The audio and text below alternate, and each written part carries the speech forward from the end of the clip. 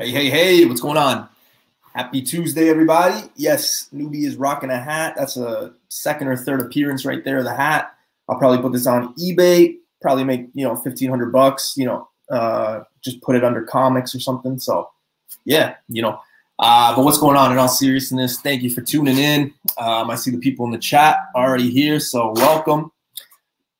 I think I know why you guys are all here. You guys are all excited, but we got a special guest today. So I'm excited to bring him in. Somebody I look up to, fun guy in the community. So we'll bring him in. First up, though, let's bring in my crew, the Musketeers. First up, Mr. FaceTime. What's going on, brother? What's going on, man? How's it going? Good, man. Good. It's raining like crazy here. It's cold. Still in lockdown, but you know what? It's positive vibes. Yeah, it's doing the same down here. I mean, we're not on that lockdown shit, but yeah, got the rain. Yeah. Are you ready for tomorrow, man? Like new comic book day. It's a little crazy, a little iffy on one of the issues that kind of got kiboshed that we talked about the other day. So it's going to be interesting to see what, or if people haven't realized it happened yet, right? With that Eastman cover. Yeah, that's kind of fucked up. That switched it up like that, especially so late in the game after orders were already in and everything. That's just that's a bad move by Marvel. Yeah. Also want to congratulate you for starting your own your own series Mondays at 7 p.m. with Mr. Key Issues, and our next guest here, we're going to bring him in. It's Mr. Blue Pill, Mr. Claritin. Oh gosh. Hyper, what's going on, man? Seriously, we're going with that name now? Look, we're on camera today. I got to do it at least once, man. People were, they were asking if you knew Pablo Escobar and shit like that. So, no, man. Tonight I'm allergy free, so knock on wood. Hopefully, it stays that way for the rest of the episode. I know you're disappointed because you got a super chat out of it last time. Yeah. So if you guys weren't tuned in, somebody actually sent a super chat and told me to give that money to Hyper for Claritin. So, yeah, it was a little funny, but nevertheless, thank you for joining Hype. Congratulations on the show yesterday. You guys rocked it. I was working. If not, obviously I would have joined you guys. And, where are my manners? But ladies and gentlemen, if you don't know, we are in the presence of greatness because Hyper is a 3-time champion. He'll be defending his title this Friday on Tony Sanders' channel. So make sure you guys go tune in for that. But I'm sure at the end, Hyper will be talking about it and getting everybody to go over there. All right, so today we're talking hottest comics of April. We're going to take a look at everything. Some comics, sometimes people forget about them, right? They're like, oh, wait, that came out this month or things like that. So, we're going to be talking about that, but we're going to be talking about it with a special guest. You guys ready? Yeah, man, let's bring him in. All right, here we go. Special guest joining us today. The Butcher. What's going on, man? Yo, what's up, guys? What's up, everybody in the chat? Guys, right off the bat, 10 seconds of being backstage with these guys. Hype, I know. FaceTime, first time meeting. And Newbie, I know, but never been in a room with them talking face to face. You know right off the bat you vibe with guys. I was vibing out with these guys backstage. They got nothing but knowledge, comic book fans, so I'm super excited to be here right now. Yeah, man, appreciate it. And hey, Yankees fan, so that's it. You got to rep. No one's perfect. So yeah, guys, let's get started. Before we get into the chat, I got a few friends that I got to talk about. Actually, I make it sound like it's a bad thing. It's not. Trust me. Boom. First up, we got Big B Comics, Hyper. You've had a good experience. I know a few people in the chat. They got 3 stores, Niagara, Barrie, and Hamilton. Go rep the one, or I rep the one in Niagara, but, definitely go check out the other stores. They got a lot of good books. Usually some of the books that people might have missed, they have them. So make sure you guys go check them out. It's never a bad thing to help out the local shops either. Next up, we got Bleecker Street Comics, $10 a press, $5 a clean. This guy has 2,000 books, I think 3,000 now on his website. So make sure you guys go tune in. It gets better. 10% off by using code word newbiecomics #1. And yeah, 10% off, man. You can't go wrong. And next up, we got Shape State Creative. Go ask for Derek. There's his information. If you need a logo, a video, whatever the case may be, go check them out. Jay, I know you know the next sponsor of the channel. Oh, hell yeah, bro. Beaver Comics. So use code word NEWBIE10, get 10% off. They sponsor Jay and the boys over there at Pressable Defects as well. You can't go wrong with them. Great guys. They ship anywhere. US, Mexico, Israel, Xandar, wherever you are, they'll ship it to you. So make sure you guys go tune in to them. Use code word NEWBIE10. Or Jay, what's the one that you guys have? We got Defects 10, guys. Go check them out. It's a company that stands behind their word. You know, it's not like these other places that they send you damaged books, guys. They're going to return them. They're not going to blame it on the mail. B-Man and Pat, bro, two good guys. I'm glad. Yo, good people stick together, right? Yeah. Oh, for sure. For sure. And then, you know, guys like us stick with the Beaver. That's right. That's right. That's right. So, yeah, so we're talking hottest comics. So yeah, before we get started, Hype, you want to do roll call before we get started? Yes, sir. Let's see. So first up, we got the broski from East Meets West, Gomez. Welcome, man. Desired Comics is in the house. One of the good dudes in the community. Thanks for repping. Dan Del Torre, a longtime friend of the channel. Let's see. Wesley Comics from the now named Future Specs. I got to remember that. I keep calling them Power Pack from time to time. I do the same thing. Comic Dude, fellow Canadian, welcome. Newbie just mentioned him. Bleecker Street Comics, one of our pressers. Miguel Grasa, thanks for hopping in. Reynolds Comics, what's up? Moonlit Comics, thank you for coming in. Let's see. Hawaiian Punch 72. My YouTube uncle, Sis Lordley. Let's see. It's why when he gets in, man, he's he knows the deal. Nikki Comics Addiction, what's up? I don't think I've seen that name before, so if it's your first time, welcome. Tim Sinkovitz, another fellow Canuck. And then Davis Comics. Well, he's telling you right now he's new, so yeah, welcome, man, welcome. He's new. All right, cool. Leo Marquez. I think there's a lot of these names I don't recognize. So Wobbles. Defects bringing in some new fans. Yeah. This must be Defects fan. RP. Hey, we appreciate it. And Johnny Rosado. Subs. Johnny R, what's up, kid?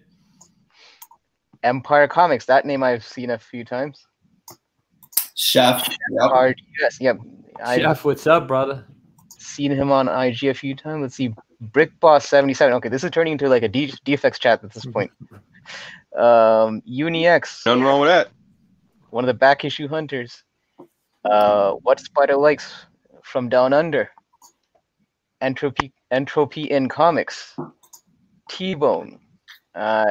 Chad Cave. He was the dude that gave the super chat for my Claritin, so thank you. Yeah, he's all better now. He's all better.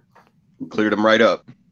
Yeah. Bricks the Iron Geek from my neck of the woods in Montreal. And then we got, I said Brick Boss and then Dre at Barnhouse Comics. And I think that wraps it up for now. Yeah. If anybody comes in, hey, welcome. If you're new, welcome. I do apologize. Usually I have the Coronas flowing and I miss some words. I create my own characters. Today it's just water. So we'll see where the fun takes us. But yeah, hottest comics of April. We're going to discuss them. We got Jay here. So it's going to be a fun show. All right. Let's get started, guys. It's always fun doing these because there's a lot of times where you just kind of forget, you know, like we're kind of at a point where, you know, a lot of comics, it's like what's hot right in our face rather, you know what I mean? So like a comic that say, you know, came out 2 weeks ago might not be hot or you might not remember because it's not in our face. And, you know, just the way the community's going or the way the market's going and everything like that, it just gets a little crazy. So it's kind of sometimes good to see where things are. And, you know, you see some successes and some failures, right? So it's going to be for sure. Pretty fun to see. All right, first book up, we've got Avengers Annual 10. If you guys don't know what this is, it is the most bullshit cover ever. There's no way Iron Man should be knocked out and on the ground, but he is. This is the first appearance of Rogue. This got super hot the first week of April. There was no rumors. There was no nothing. It just, for whatever reason, got hot. I don't know if people just started, you know, collecting all the X-Men characters. You guys have heard me say this. but this is a book that I think is going to go nuts. I think there's so much they could do with Rogue. The fact that it's only, you know, a 9.6 goes for $800. I feel like that's going to get into the 1,500 level at some point. But again, right there, last CGC sold on April 2nd was $800 for a 9.6. This is just going to be one of those books that goes crazy as the character kind of gets into the MCU and gets into the screens. The only thing that I ever thought, and I think a lot of people think, is this one is such an ugly cover. And I also don't know anybody who's won that 10-speed racer. Yeah, I haven't met anyone that's won it. It's crazy. So what order are we going to go in for this, newbie? Say that again, sorry? What order do you want to go in for We'll this? let Jay go last. Well, Jay will go last. So, yeah, we'll go Hyper, you, and then Jay. All right, there we go. Yeah. All right. Hyper, Well, you're listen, up. I was fortunate to actually pick this up a few years ago when no one was really talking about this book. I think I picked it up for like $30 or something at a convention. So to see how much this book has gained in traction, you know, makes me happy. But yeah, I mean, this is one of those things that it feels like it's like a book that seems to have its ebbs and flows, because I mean, it's one of those, like, I guess, characters that people almost feel like it's almost like a foregone conclusion that she is going to appear in Captain Marvel at some point. But you know, there hasn't been anything solidly confirmed by Feige or anyone from the MCU for that matter. So I feel this is one of those books that you're going to see some waves, but this might be one of those things that if you could find a deal on it, you might want to snag it up, because I just think that, especially the closer we get to that Captain Marvel release, the stronger these rumors are going to probably persist. So you may want to kind of keep this on your radar. Yeah, sure, I agree. This was one I actually picked up last year. I didn't get as good a deal as Hyper. I think we picked it up for like $70. When it was still down, you know. But watching what it's doing now, man, I'm definitely liking it too. But man, she's one of those characters. She's such a fan favorite character that it's almost a guarantee you're gonna see her in MCU. How they'll bring her in, who knows? But they got Captain Marvel there, so her origin story would just make sense. Obviously, they didn't do that the first time around, and it was trash. But whatever. I mean, I guess they could take a different approach, but you know, I mean, like I said, you know, they tried that before. People didn't like it, so Captain Marvel's there. It's only a matter of time, whether it's the second movie, third movie, you know, seventh movie, who knows? But at some point, yeah, it's looking likely they're going to bring her in for sure. Yeah, man. Avengers Annual number 10.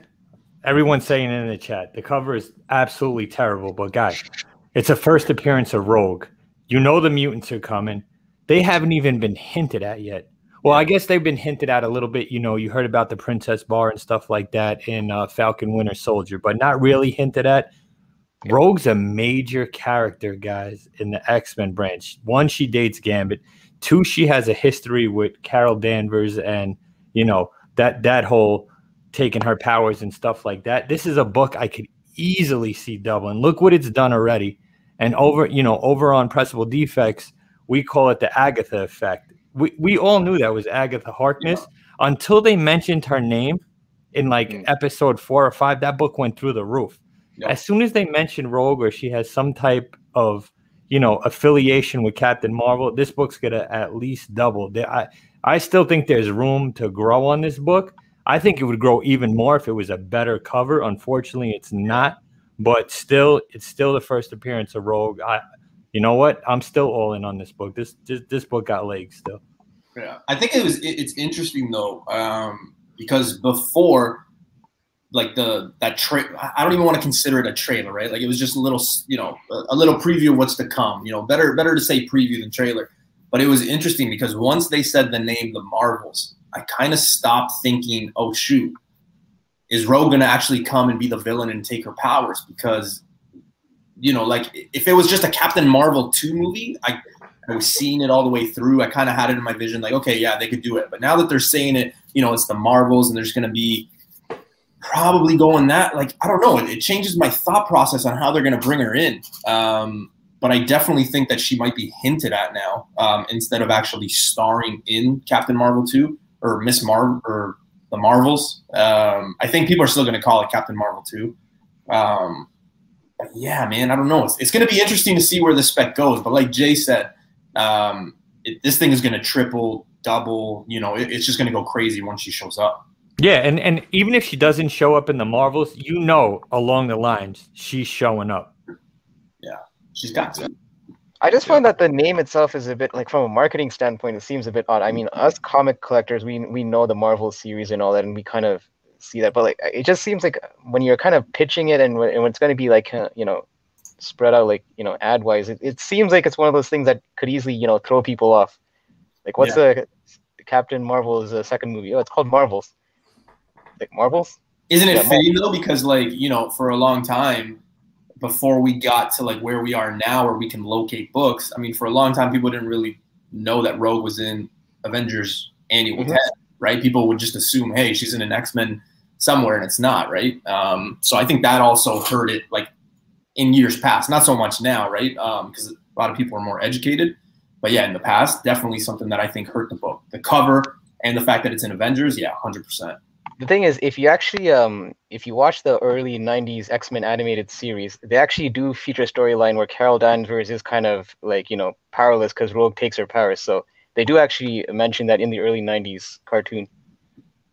Hey, have they referenced Wendell Vaughn in the MCU yet? No.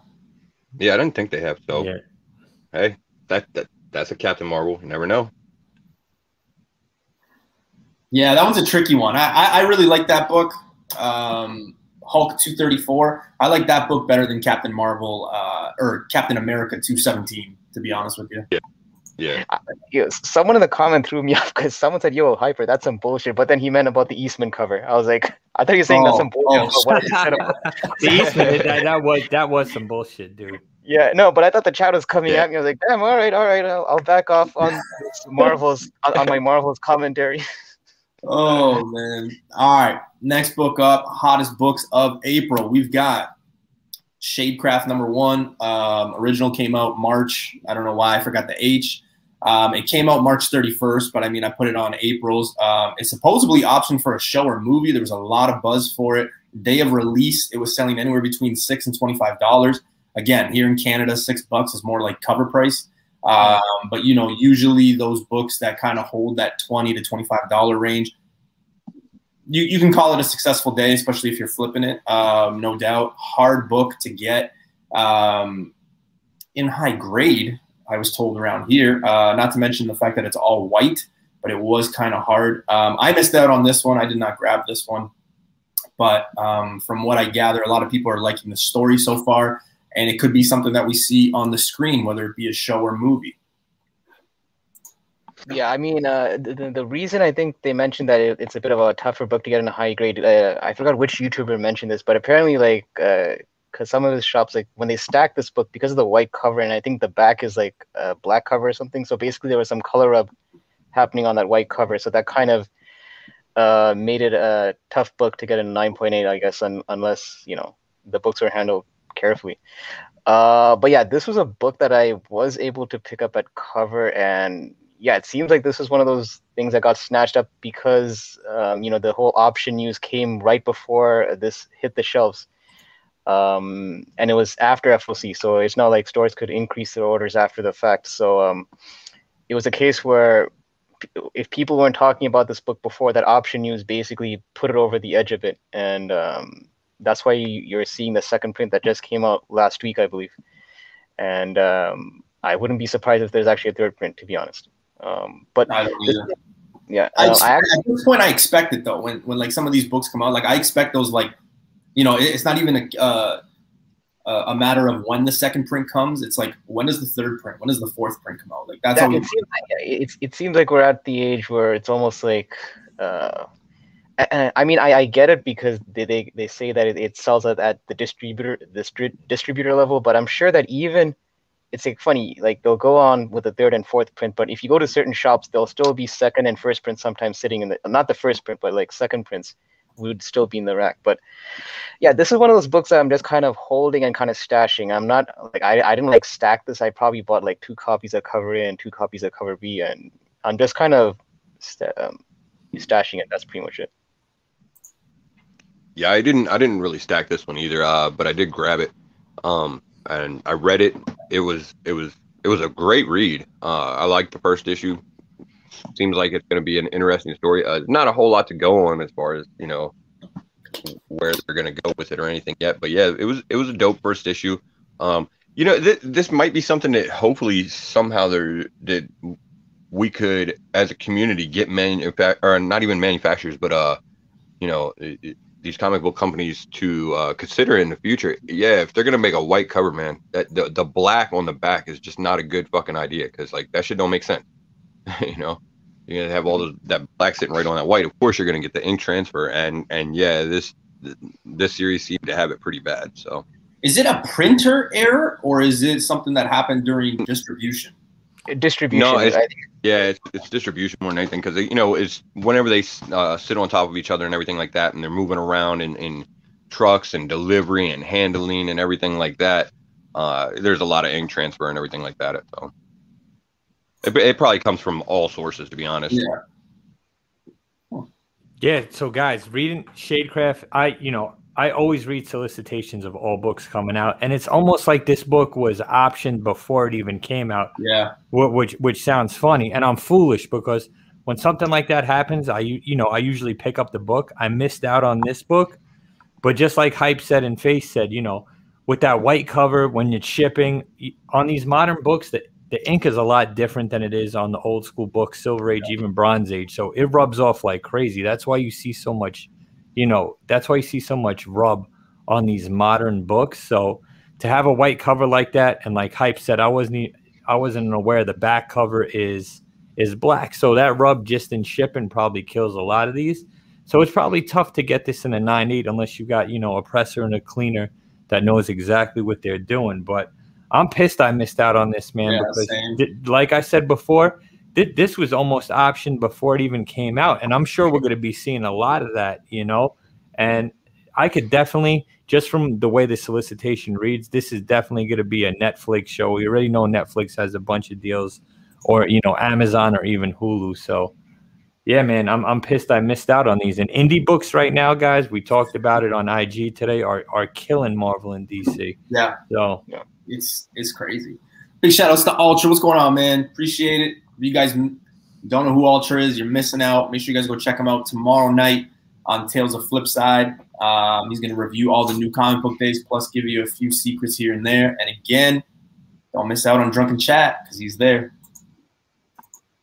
All right, next book up. And, I think maybe Hyper will have more to say about this one than me, but this is the Jenny Friesen Power Rangers Unlimited, the 1 in 50. Raw copies were selling between $250 and $300 Canadian on April 2nd. I'm not the biggest Power Ranger fan. I will say it's a dope cover. I like the cover. The purple and green, I kind of like those weird colors. I didn't get it. I wouldn't have paid $250 for it then. I probably wouldn't pay. I mean, I don't know what this is going for now because, again, I'm not the biggest Power Ranger fan, and I don't like to get into those, ratio games. But, yeah, I can see why it got popular, but just, yeah, too much for a book of that magnitude for me. You guys always know I always do that compare game. $250 somewhere else is probably better spent for me, in my opinion. So. Yeah, the thing is with the Jenny Friesen, I mean, you guys could see that usually when she's involved in any high ratio books, especially on indie titles like what was it, Something is Killing the Children, and she even did one for, I believe, one of the Star Wars series. I think it was Dr. Aphra. Usually when she does one of those high ratio variants, they tend to pop in the secondary market even before the prices started coming out on eBay. When this was released, and it was a one, because keep in mind, this book was, I believe, was like an $8.99 or $9.99. It was like a steep cover price just on Cover Ace. So for any shop to get 50 of these, there was going to be a high asking price right off the jump. So even before the eBay prices came on, I was thinking this could have been probably like $100-$150 book. I didn't realize it was going to hit $250 to $300. But yeah. That's the power of Friesen, man. And yeah, like you, Newbie, that price tag is a bit too rich for my blood, especially for like a modern ratio. I probably would just spend that money elsewhere. to be honest. Which is just, and realistically, it's just a cover buy too, right? Like, I'm not really familiar with the Power Rangers. Like, there's no first appearance, there's no nothing. So it's just there's I believe it's the origin of a face. Is it Autonoma or what's it? Astronema. Astronema. Sorry. Yeah. Yeah. It's the origin of that character. But other than that, yeah, I think that's the major significance of that issue. But yeah, I think just the fact that of the high price tag of just covering, not a lot of shops would be carrying this 1 in 50, so it kind of adds to the rarity of it. Yeah, $7.99 as Ultra mentioned. Yeah, wow. Yeah, I mean that's the thing. Look, I'm a fan of the Power Rangers and everything like that, and this was actually coming out on a one shot that they really didn't do a whole lot of marketing for beforehand. So it kind of flew under the radar and everything like that until probably about FOC time. And then, you know, once that FOC started coming around and it started hitting and you know, people couldn't get it anymore and everything like that. Yeah, you really saw this shoot up in price and everything like that. Man, I'll tell you what, I'm a Power Rangers fan. I actually own, like, I think I have 2 copies of that 1 in 500 that they did not too long ago, and I wouldn't buy this fucking book for that price because it's just, yeah, I mean, like, that's a really high price for that book. And you know, like, Power Rangers are cool and all, like I said, I'm a fan, but it's a niche fan base, and once it starts getting up to that price, like, there's not a whole lot of comics in you know, the Power Rangers series that are already existing that command those kind of prices. So yeah, it kind of puts off your Power Rangers fans. You have 2 copies of 1 in 500? I did. I managed to get a second copy. Wow. I actually got it like 2 weeks ago too. Oh geez. Okay. I hope you paid less than ratio for that. Yeah, probably a lot. So yeah, man. Listen, I was born in 1981, right? So I wasn't really a Power Rangers guy. I was just getting into my teenage years when Power Rangers came out. So I wasn't really, you know, I was more into the cartoons and X-Men and Batman animated series. I wasn't really it wasn't my generation seeing, you know, the guys in costumes fighting and stuff on that was like an after school thing, right? Or a Saturday morning thing. Yeah. The thing with Frizen, I love Jenny Frizen, right? I'm not a big Peach fan. I like Frizen. She has different dynamics. She does different stuff. She's not one-dimensional as, you know, Peach is kind of one-dimensional. Yeah. So for 1 in 50, right, would we say he was going for a 250? Yeah. So 250 and a 9.8 or just 250 raw? 250, 300, that was raw. Raw. So, yeah. I got to think about it like this. Look, 250, 300, I could spend my money elsewhere on a better investment. I think when you look at this book, and guys, listen, I'm not a Power Rangers guy. I'm not sure how it goes. I don't know the cult following behind the comic books. But I think 2 years from now, 3 years from now, you look at this book, I think you're still able to grab it for $50 if you wait once, you know, the heat dies down. Unless there's some type of movie or new show that comes out that has this origin story of whatever her name was, but astronomer, yeah. So, but I could be totally wrong. I think this book came out hot off the gate, but I think it cools down, and you know, somewhere down the line, like Face said, you probably grab this book for probably even under ratio value. But listen, I could be wrong. That's just my opinion. Again, unless you're like a hardcore fan of Power Rangers, you're probably, you know, like the rest of us, right? Like I'm with Jay. I wouldn't even come close to putting that money because I just look at all the Fantastic Four, some Amazing Spider-Man. You know, there's just so many keys, X-Men stuff that I could put that money into. And again, you collect whatever way you want, but right, me, on a modern book, a 1 in 50 Power Rangers, no. And you know, I like Frizen's work, but yeah, that's a pass for me. The only thing that I think that this book has going for it that might possibly sustain the value is the supply, because I just don't see a lot of these floating around in the secondary. Because, like, you know, I'm collecting Power Rangers, and one of my shops dropped the ball on a 1 in 25 Momoko that I was looking for, and for the life of me, I still can't find one on eBay listed. And but you know, Hyper, to that end, actually, Ultra Maximus mentioned in chat earlier that Boom was selling this on their website for ratio at one point, probably, you know, for FOC and everything like that. Oh, this Boom is Yeah. Bloom's not a comic book shop or anything. They didn't have to fucking order 50 of them to get one, so they're just shipping copies out. You know, like so. I mean, if that's the case, and they are shipping, you know, they are just shipping incentives. That 1 in 50, that's not really a 1 in 50. You know, ratio on it. So yeah, and you know what's a great point about that people don't realize, maybe new collectors and stuff, guys. When these books pop and you see them on eBay and stuff, and it's independent titles, check the websites, man. Just like he said, check Scout, check Boom, check IDW, because odds are they still have these books. Meanwhile, people are playing double and triple over what they're coming out for. So that is a great point brought up by him. Yeah, that's a great point. If anyone bought this for ratio, oof, that would have been a nice flip. Dude, imagine having, like, you get 10 of them at a cover. Oof, you're getting yourself a Hulk 181 there. Or you were anyway. Yep, you were. Yep. All right, next book up, we've got Amazing Spider-Man 316 Larson art. So what does that mean? Why bring that up? Well, that's because the original Venom did not have that long tongue or some of the Venom traits of today. Very iconic cover. It's been done over in a few different areas. This is the first Venom on cover, and the last CBCS sold 9.8 was, let's call it 1,800, but it was best offer.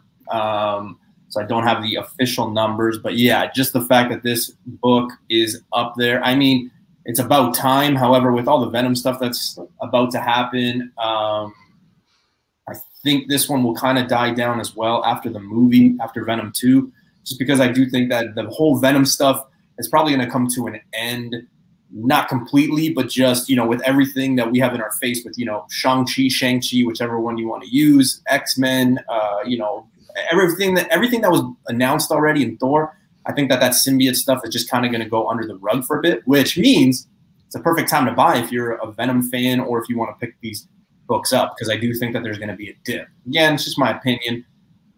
This one, I mean, if you're a big Venom fan, you probably have it in your collection. I do not.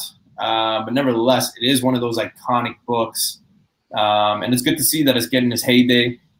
I remember seeing these books for like $40 in flea markets not too long ago. So, Newbie, just a small correction. It's actually McFarlane that did the cover, not Larson. Oh, right. Yeah. Dude, as a Venom fan, this one's a bit of a heartbreak for me, because the thing is, this is one of those books that I would see at conventions, but it was always, for me, it's a situation where either the price didn't match the condition or the condition didn't match the price. So I always kind of felt like, I always passed on it and felt like I had another opportunity to get this. Yeah.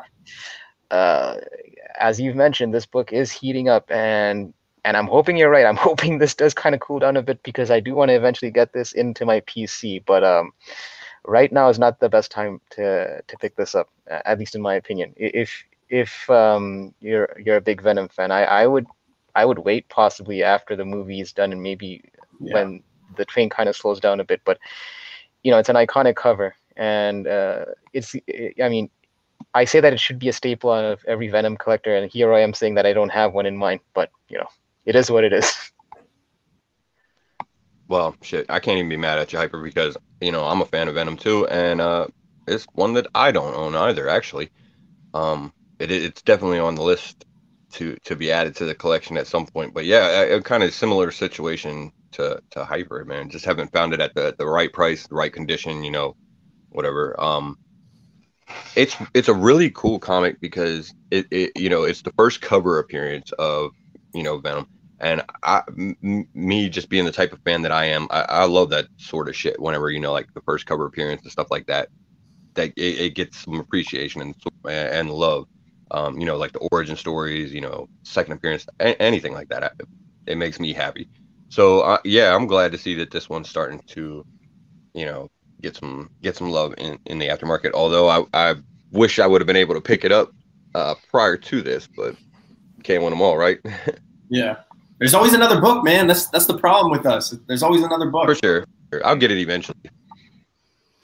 So yeah, man, I kicked myself because I had this book, I think, in a 9.6, and I okayed it to a buddy of mine that was a big Venom fan, and that was like 3 years ago. And it's like, damn, man, I got to stop A-OK and shit, because nowadays anything you have, it's like, holy shit. But again, guys, a great McFarlane cover, Venom's first cover. There was that other, you know, you see a little picture of Venom in a previous book beside this was Hydro Man on it. But yeah, listen, to me, if someone dropped its last sold, right, was 1750, we'll round that off to 1800. 1800 for a 9.8. I'd rather take that 1800 and invest in an ASM 300 than this, guys. Yeah. Even though it's a 9.8 and you're not going to get an ASM 300 and a 9.8 for that price, whatever you could get 1800, whatever value and grade you could get an ASM 300 for with $1,800, I'd rather invest it in that. I think you're looking at 9.092 Canadian. Yeah, then so be it. I'd rather get a 9.0 ASM 300 than a 9.8 ASM 316 first cover. And again, it's all how you collect. It's just my opinion, and I think investment wise, it's just a smarter investment that way. Jay, can I ask what your opinion is with this whole Venom stuff? Like, we know that the movie's coming out this fall, right? Yep. What do you see happening after that? Because it does get a little dicey, but, you know, when I do say, hey, you know, because people ask me, like, I got a steal on my ASM 300 earlier in the year, and I sold it because I literally, like, doubled my money. Like, within 2 weeks, I, like, doubled my money. And I was like, yeah, I'll do it, because I kind of figured, you know what, I might be able to get it cheaper down the road. Right. Where do you stand on, like, this whole Venom stuff? So I'm a big Venom fan, guys. I thought in the last run, before we get into the movie, the last run that Cates did, I thought that was like the best depiction of Eddie Brock ever. I'm not a fan of the way it ended with Null, because I was all in on Null, and I don't think it's a character that's necessarily going to disappear, but you probably won't see him for a while. Yeah. As far as the movie goes, it's a Sony title. I thought the last movie, Tom Hardy was going to do big things. Listen, I like all comic book movies, no matter how bad they are. It's still, if you're laying in bed and Venom comes on, I'm going to watch it, you know, yeah. and I'm going to enjoy it. I think you see Venom in the MCU. Now you're talking something different. I think it moves a lot. I don't understand. Like, I know Carnage has moved up, you know, moved the scale a little bit, but I still think Carnage is an underrated book. It got a major actor, you know, in Woody Harrelson playing him. I'm a fan of Venom. I'm hoping that they learn from the first movie's mistakes, and Venom 2 is a lot, you know, better. And that may be, you know, if you get a fan that just watches the Venom movie and doesn't know a thing about Venom in comic books, it could be a totally different story. But I want that original story arc where Spidey gets the, you know, the symbiote first, and then Venom and Eddie Brock, you know. So I'm pulling for Venom, man. I think he's a great character, a major Spider-Man villain, but we'll see, man. I bought an ASM 300 back in the day when I was young for cheap, man. And this was before CGC was grading and stuff like that.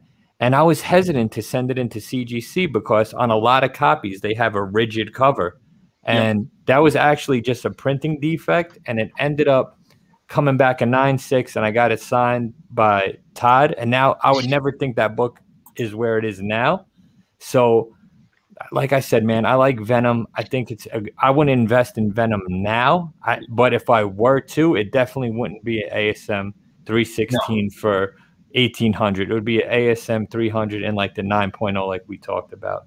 Jay, what's funny about that story is that like a few years ago, I bought an ASM 300 and it had that rigid cover, like you mentioned.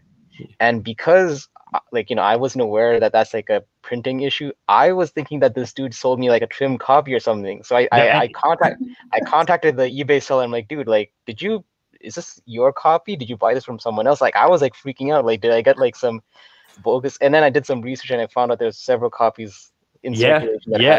And I found out the same way. I bought a copy on eBay. I looked at it. I'm like, what is this? It was such a clean copy besides that.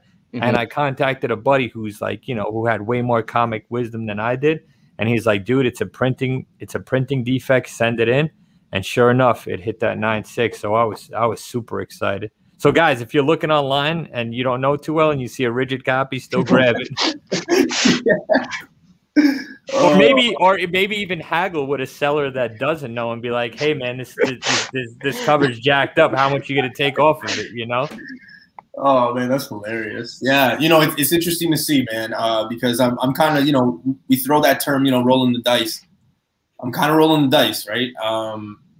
That ASM 300 is an iconic cover. I mean, it's swiped so many times. If you don't believe me, go check out Raj on 3 Men in the Basement. He's probably got every cover swipe of that book ever. But it is one of those books that I think every collector wants in their collection. It's a nice book. I mean, Venom, you know, he was cool.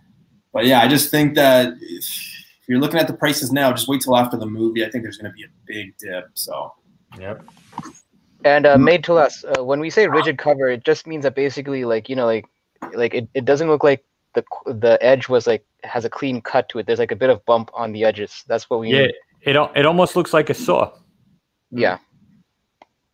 What's going on, Street Side? Street Side. All right, guys. Next book up, we've got Hyper. Say the title of this book, please. Geiger 1. Number 1 is the hot book of April 7th. We've had a few different covers with that glow in the dark stuff and everything like that. Raw copies that day were selling. Well, that week we're selling anywhere between $15 and $28 Canadian. Right there, I guess. Yeah, so 4 covers. This thing kind of blew up the week that it came out. I didn't think that it was going to get to where it was. Like, I'll be honest, I did not think that it was going to just blow up, I guess, the way it did, but it did. Only 1 copy for me. It's actually still in my shop because it's in my long box, or pull box. So yeah, I don't know. Hyper, you really like this story. Face, I know you are picking everything up associated with this, so you guys probably have more things to say about me. But yeah, this is selling comics of April. Wait, this is selling for a premium? Yeah, 15 to $20. Oh wow! Yeah, I you know what? I seen this in my LCS today for $20. No shit. Yeah. Wow. I had no idea.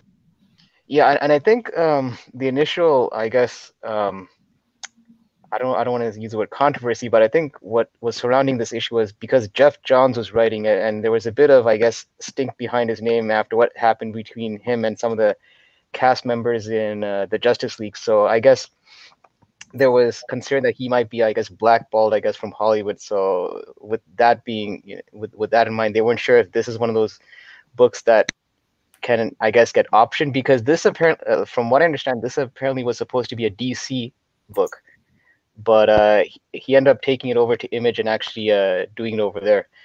So I think that was the kind of, I guess, cloud hanging over this issue. But, you know, despite that, I guess, you know, Jeff Johns is a big name in the comic industry, and, you know, the story did, you know, resonate, and this book, you know, still hit a premium despite all that. So, and like the Butcher said, the cover A is going for like $20, and I think even the other covers, they're not going as high as cover A, but they're still a bit of a premium. Like, you can't really find any in most LCSs unless they're selling them at, you know, over cover price. I was able to kind of find these online. I couldn't find them at my actual local LCS, so I kind of had to do some online digging to find these at cover price. What was the one per store? That was the one that was the glow in the dark, correct? No. The one per store was basically like the cover A, but like the sketch variant. Yeah, it's a white cover. Yep. Yeah. Did any of you guys get that? No, my shop probably got it because Face is good at getting those issues early, and you know, but my shop actually had it. I was actually I could have picked it up from my shop, but they were asking for $40, and I'm kind of at a point where, look, even if it does spike, I just can't wrap myself around paying $40 for one, like a new comic book day issue.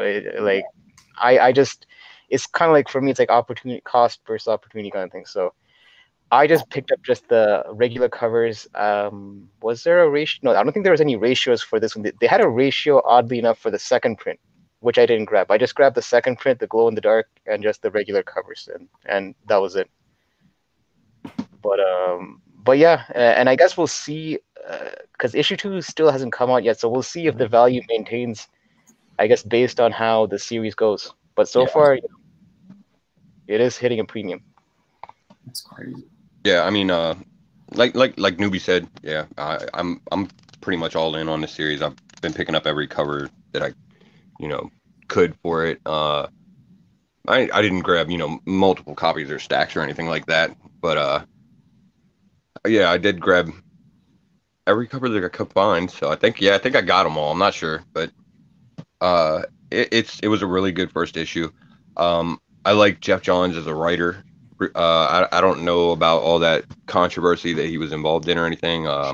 Yeah, obviously I had heard about it and everything. I didn't really pay a whole lot of attention to it because. Oh right, yeah, that did happen. Didn't that happen like days before the book release? Right, I think it was like Monday. I don't know. It happened or some shit, and yeah, it was. It was up in the air whether it would have an effect on the series or whatever.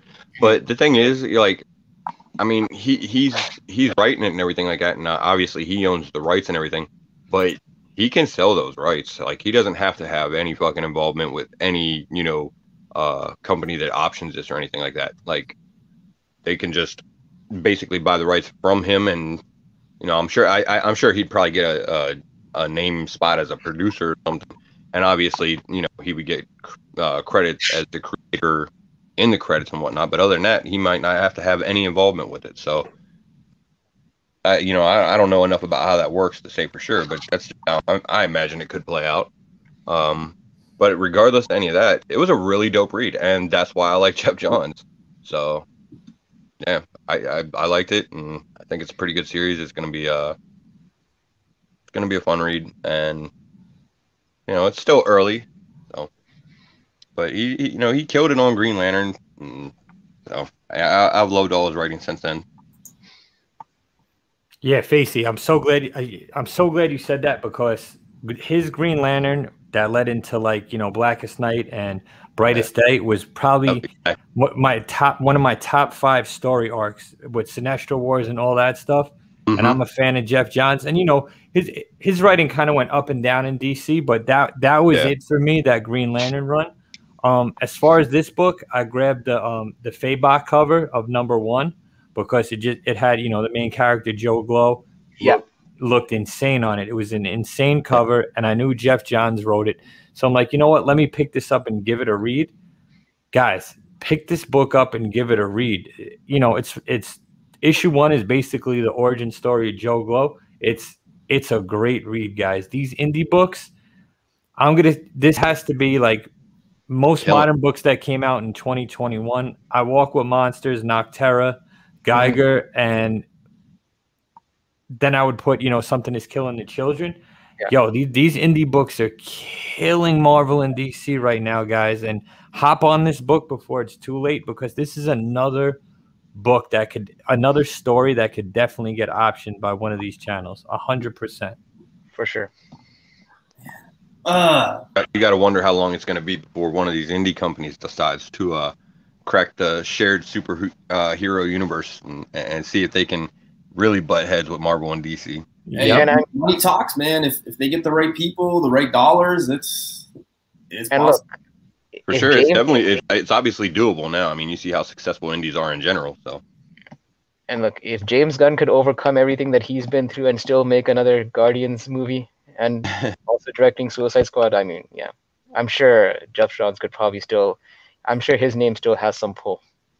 Yeah, and you know what it is with these books, guys, and why you see all these major writers, right? You see Snyder on Nocterra, you see Jeff Johns on this book. They have the freedom to do whatever they want with these companies, as opposed to working for Marvel and DC, which, you can't do this, you can't do that. That's why you see, and I think that's why the quality story writing in these books are getting less and less. And that's why you see guys like Donny Cates, right? He kind of rushed the end of Venom, in my opinion. And what was he working on? Crossover, something that he could have free reign at. So I think you're going to see more of that. And I think Marvel and DC is going to have to loosen up a little bit before, like, Marvel can't lose Cates. DC can't lose Tinian. And eventually they may, man, because these guys are going to want to have free reign at writing their own books. Yeah, that's true. So Radiant Black, We Live in Nottingham. Jupiter's Legacy is something that a few people are talking about. That one comes out this week, like Phil's saying right there. So with We Live, just an FYI, guys, for New Comic Book Day tomorrow, that second print of issue 5, it's already selling out, and some shops aren't even aware, and they didn't even order it. So if you see it snatched up, because there's a significant first appearance in that issue 5. So just an FYI, if you guys see it in your shop, snatch it, because I'm looking for it myself. No. All right, next book. This one blew up mid-April. Uncanny X-Men 129, first appearance of Kitty Pryde, rumored to be showing up. Spiked April 5th. So again, a book that, you know, it might not be hot right now, but it definitely was for a week, 10 days. Raw copies were selling anywhere between $100 and $250. Sorry. Newsstand. Black Stripe was going for $1,800 sold Canadian on April 4th, and the last CGC sold was an 8.5 for $815 Canadian. Jay, I think this one goes without saying. This one is in that category of, I just think there's, in my opinion, different books I would get for that price point. That's just way too much. I think at this point, you're going to have to start looking at different Kitty Pryde stuff, like Wolverine and Kitty Pryde, issue number 5, where she is introduced as Shadow Cat. That's a dollar bin book. I've got like 12 copies. I think I spent like $7 on them. Not to say that book is going to reach these prices, but, you know, you got to start thinking of like the next best thing. But yeah, this is just way too much. It's kind of getting to that point where it's probably going to cross over to that $2,000 range, maybe that $2,500 range for Kitty Pryde. That is way too much, in my opinion, but nevertheless, one of the hottest books of April. The thing is, what I like about this book is I like books that have multiple first appearances, because this not only has Kitty Pryde, it actually also has Emma Frost as a first appearance as well.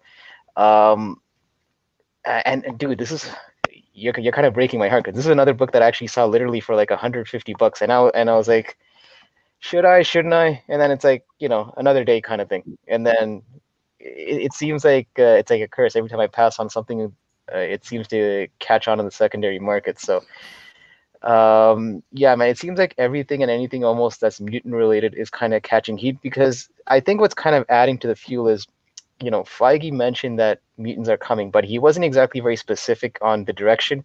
So it's almost like we're kind of left to our own devices in terms of what we're going to be speculating on. Like, had he basically been a bit more narrower in his direction on what his approach was for mutants, I'm sure like people will be a bit more focused on what books they're going to pick up. But because it's kind of left for interpretation, you're going to see a lot of these, you know, mutant books catching heat. And this is probably one of those things where, just like the Avengers Annual 10, I'd probably wait for a deal or something on this, because I could see this kind of having its ebbs and flows. For this price, though, wouldn't you rather have first appearance of Rogue or first appearance of Gambit, which is the same price point, though? It's tough, because the thing is, like I said, the fact that you're getting double first appearances in this issue is kind of what's kind of and they're two, you know, significant characters in the actual X-Men lore, right? So even though like Emma Frost is more on the villain side, and I tend to spec more on the heroes, I don't know, man. It's correct me if I'm wrong. This issue predates Rogue's first appearance, right? Rogue was what, 1990? No, I think it's earlier than that. I think it's in the 80s. Yeah, before that. Let me see. Yeah. I don't even have my phone. I would look it up. I don't even have my phone here. But somebody in the chat will probably, like, you know, say it. Honestly, if you're to, you know, if I had a choice between the two, I probably would honestly go for this one as opposed to Rogue. Like I said, just because I am a bit of a mutant fan, and I just like that there's two first appearances of two significant characters for that reason. I don't know if I would take it. I don't necessarily know that if I would take it over Rogue or Gambit, but then again, I don't know that I would take Rogue or Gambit over this one either. I mean, I think all three of them in that, you know, price range are fine, and I would be happy to grab any of them because I think there's still a lot of room to grow on them. Mm-hmm.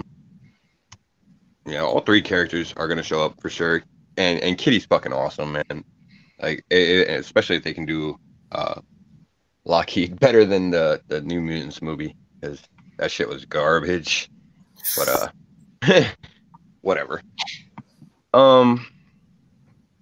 Yeah, it's definitely the double first appearance does kind of give it a little bit of it. I guess a little bit of an edge because Emma's going to come eventually too, and she's going to be big. It's funny, both of these characters showing up in the first issue, and where both of the characters are at now, and how they have such a close relationship in the comics, but they're so very different from the characters that they were in this first issue too.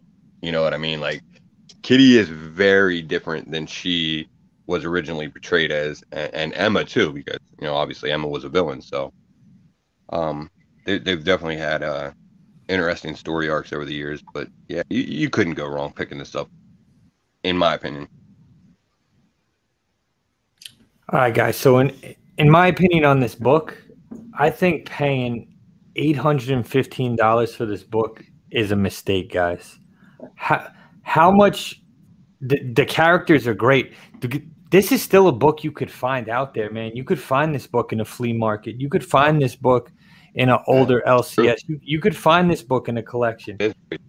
Paying $815 for this book, and what was it, an 8.5? Yeah, that's a stretch for me, man. And that's because I'm thinking like, as a speculator and more an investment. I don't know how much more you could make on this book in an 8.5. It's going to be a while before these characters pop. This book's going to cool down again, guys. You could grab this book for cheap. We all know the market's hot right now. I'd rather take $815 right now and invest in like an Avengers 48, a Black Knight in a mid-grade copy, and flip that 4 months from now for double, in a character that is definitely confirmed and we know is coming. You're talking about Kitty Pryde and Emma Frost. We'll probably see Emma Frost way before we see Kitty Pryde, if I were to guess.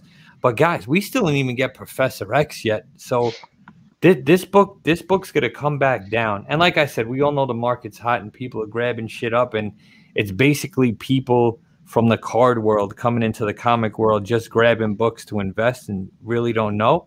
But like Hype said, like Face said, these are two great characters, but I could never see myself paying $815 for an Uncanny X-Men number 129. I just can't do it. I'd rather buy a low grade Punisher, something like that, man. I can't do it. Yeah. And you do bring up a good point that you can. This is one that you can sometimes find in back issue bins or flea markets that kind of flies under the radar because it's not like it's not one of those real standout covers for a first appearance or anything like that. So just get tossed in the middle of collection. And to me, I don't even think a Gambit and a 9/8 is what, like $1,000 now. I think it's reaching like 16. Wow. Okay, so it's high like that. I rather buy a Gambit and an 8.5. An X-Men 266 or an annual, whatever you feel the Gambit first appearance is. It could be either or. I kind of feel it's that annual, but the 266. Don't sleep on that one either, though. That one, if you look at the prices too, that one's gone up. Yeah, 8 is almost reaching $1,000 in that one. I am stacked on those. 266. I have a couple of copies. We all know 266 is the money book, but is it really the first appearance? It's not, in my opinion. But I'd rather buy a character like that. Gambit, we all know, everybody knows Gambit. As a kid, who didn't love Gambit? You used him in the X-Men video game. He was one of your favorites in the 90s TV show. I'd rather invest in a Gambit than a Kitty Pryde and Emma Frost. But again, guys, if you believe in this book, it's just my opinion. This is just me talking. And Jay, you touched on a great point because we still haven't seen Professor X, and I think something that most people, when I talk to them, believe is that we're not going to get the X-Men right away. It's going to be a slow process. It's going to be like Avengers, right? Like one of them shows up, maybe two, and they start tagging. Yeah, I also thought that Swagglehouse's comment was pretty interesting too, where with characters like Kitty Pryde and like Jubilee, for example, they're young kids, so it might take them a while to actually get up to that point because, like, let's face it, if Kitty Pryde and Jubilee are coming up to, like, say, a Wolverine or a Cyclops, they're probably going to be like, okay, you guys stay here, we're going to go fight kind of thing. Right. So, yeah, I think it could be a while, and I think that this book could get a little dip later on. So, I just feel like you guys always talk about how like seeing things in flea markets, like Butcher and like a couple of people say that they find all these like, dude, best place. Yeah, but you know what comics. You know what I find in flea markets? Lots of clothes, Tupperware, and some rugs, as in some tapestry. I have. What fuck kind of flea market are you going to, Hyper? That's a goddamn yard, bro. We're fortunate here. So in Lower New York, right, is where I grew up. I was like 10 minutes away from Midtown Comics and the Bronx and all that, and like it's so heavily congested there. And there's a ton of comic book collectors there. Like, I'll tell you right now, the best deal you're getting in New York is at lower, like the Bronx and everything, is at Street Side Anthony. And that's, we all know Midtown, a disaster. They ship you books like shit and everything. But I'm moved upstate New York. There's not a lot of collectors here, man. You could find, my best find was Adam Bloom Marvel 9.6 for $4, man. Like, I saw that. Yeah, I saw that too. Yeah, you could find books up here. There's always flea markets. It's very, it's very country up here. There's yard sales. There's stuff like that. So that's why I say, you could probably find a book like this. If you shop online, I'm sure you could find a book like this. If you really shop and possibly, yeah. Yeah, not on eBay. I'm talking about like comics. No. Like there's hidden sites where you could find books like this, auction houses, stuff like that. It's like two of my favorite comic people say, Vancouver Comic Junkie and Mel V. Patience, newbie. Patience. If you really want a book, you kind of have to put that energy towards finding it, but don't just jump to eBay or anything like that. Like, go and check, different places. And I think that we're in a good spot because the community is so live. I know anytime that I'm looking for a book, I just posted on my IG and I got like 100 messages, or like people tagging me in different things.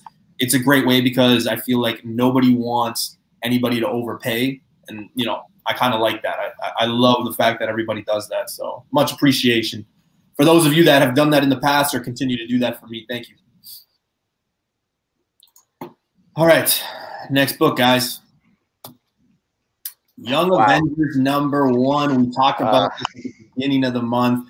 The prices for this could be completely different because I did this at the, as the books kind of get hotter, I want to talk about them. But you guys know this is the first appearance of, all those characters. The argument here that was said was, is this possibly the giant size X-Men of this generation, right? A 9.8 sold for $1,200 Canadian on April 7th. I guarantee you that thing has gone up since then. CGC 9.6 sold for $700. So you see there's a $500 difference. I'm interested to hear what you guys have to say when it comes to that giant size X-Men 1 comparison. I get the fact that this is going to have a big future. It's a big book. A lot of those characters, I think, are the future.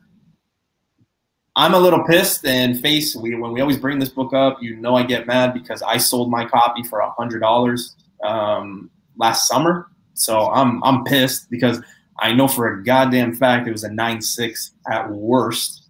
So yeah, I'm a little pissed.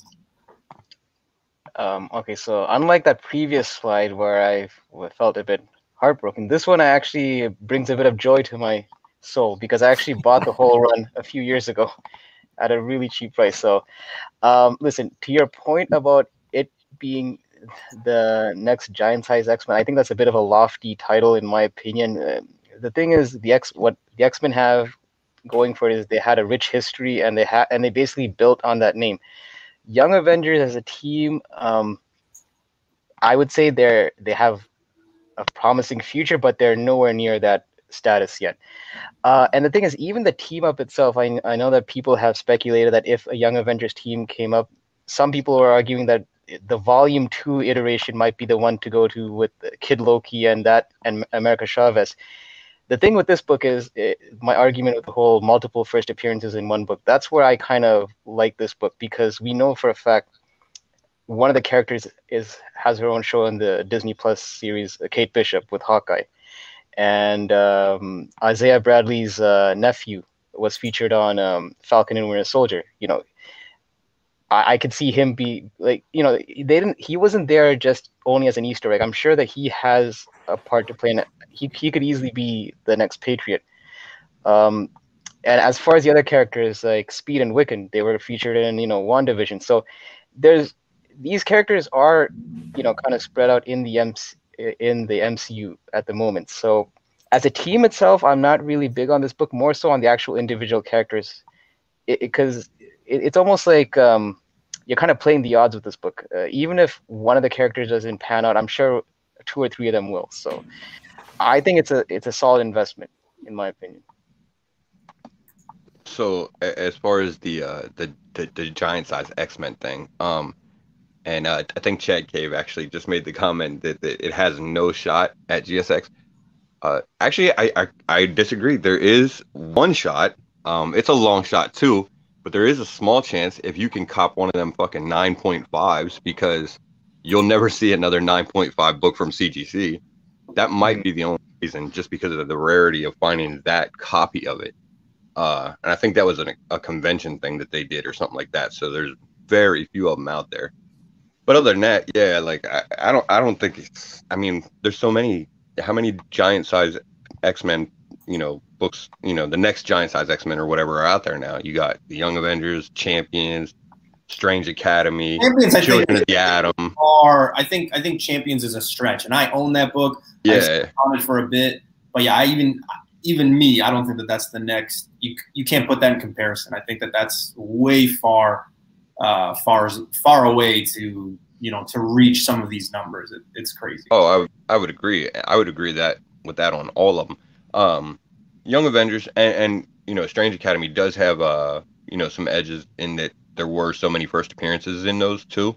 So actually some of these characters are probably obviously going to succeed, and it looks like most of the Young Avengers are probably going to translate over into live action in some form or fashion. So it's still a lot though. There's a lot of other good books out there that you can get for that price, but there's room to grow on this one too. So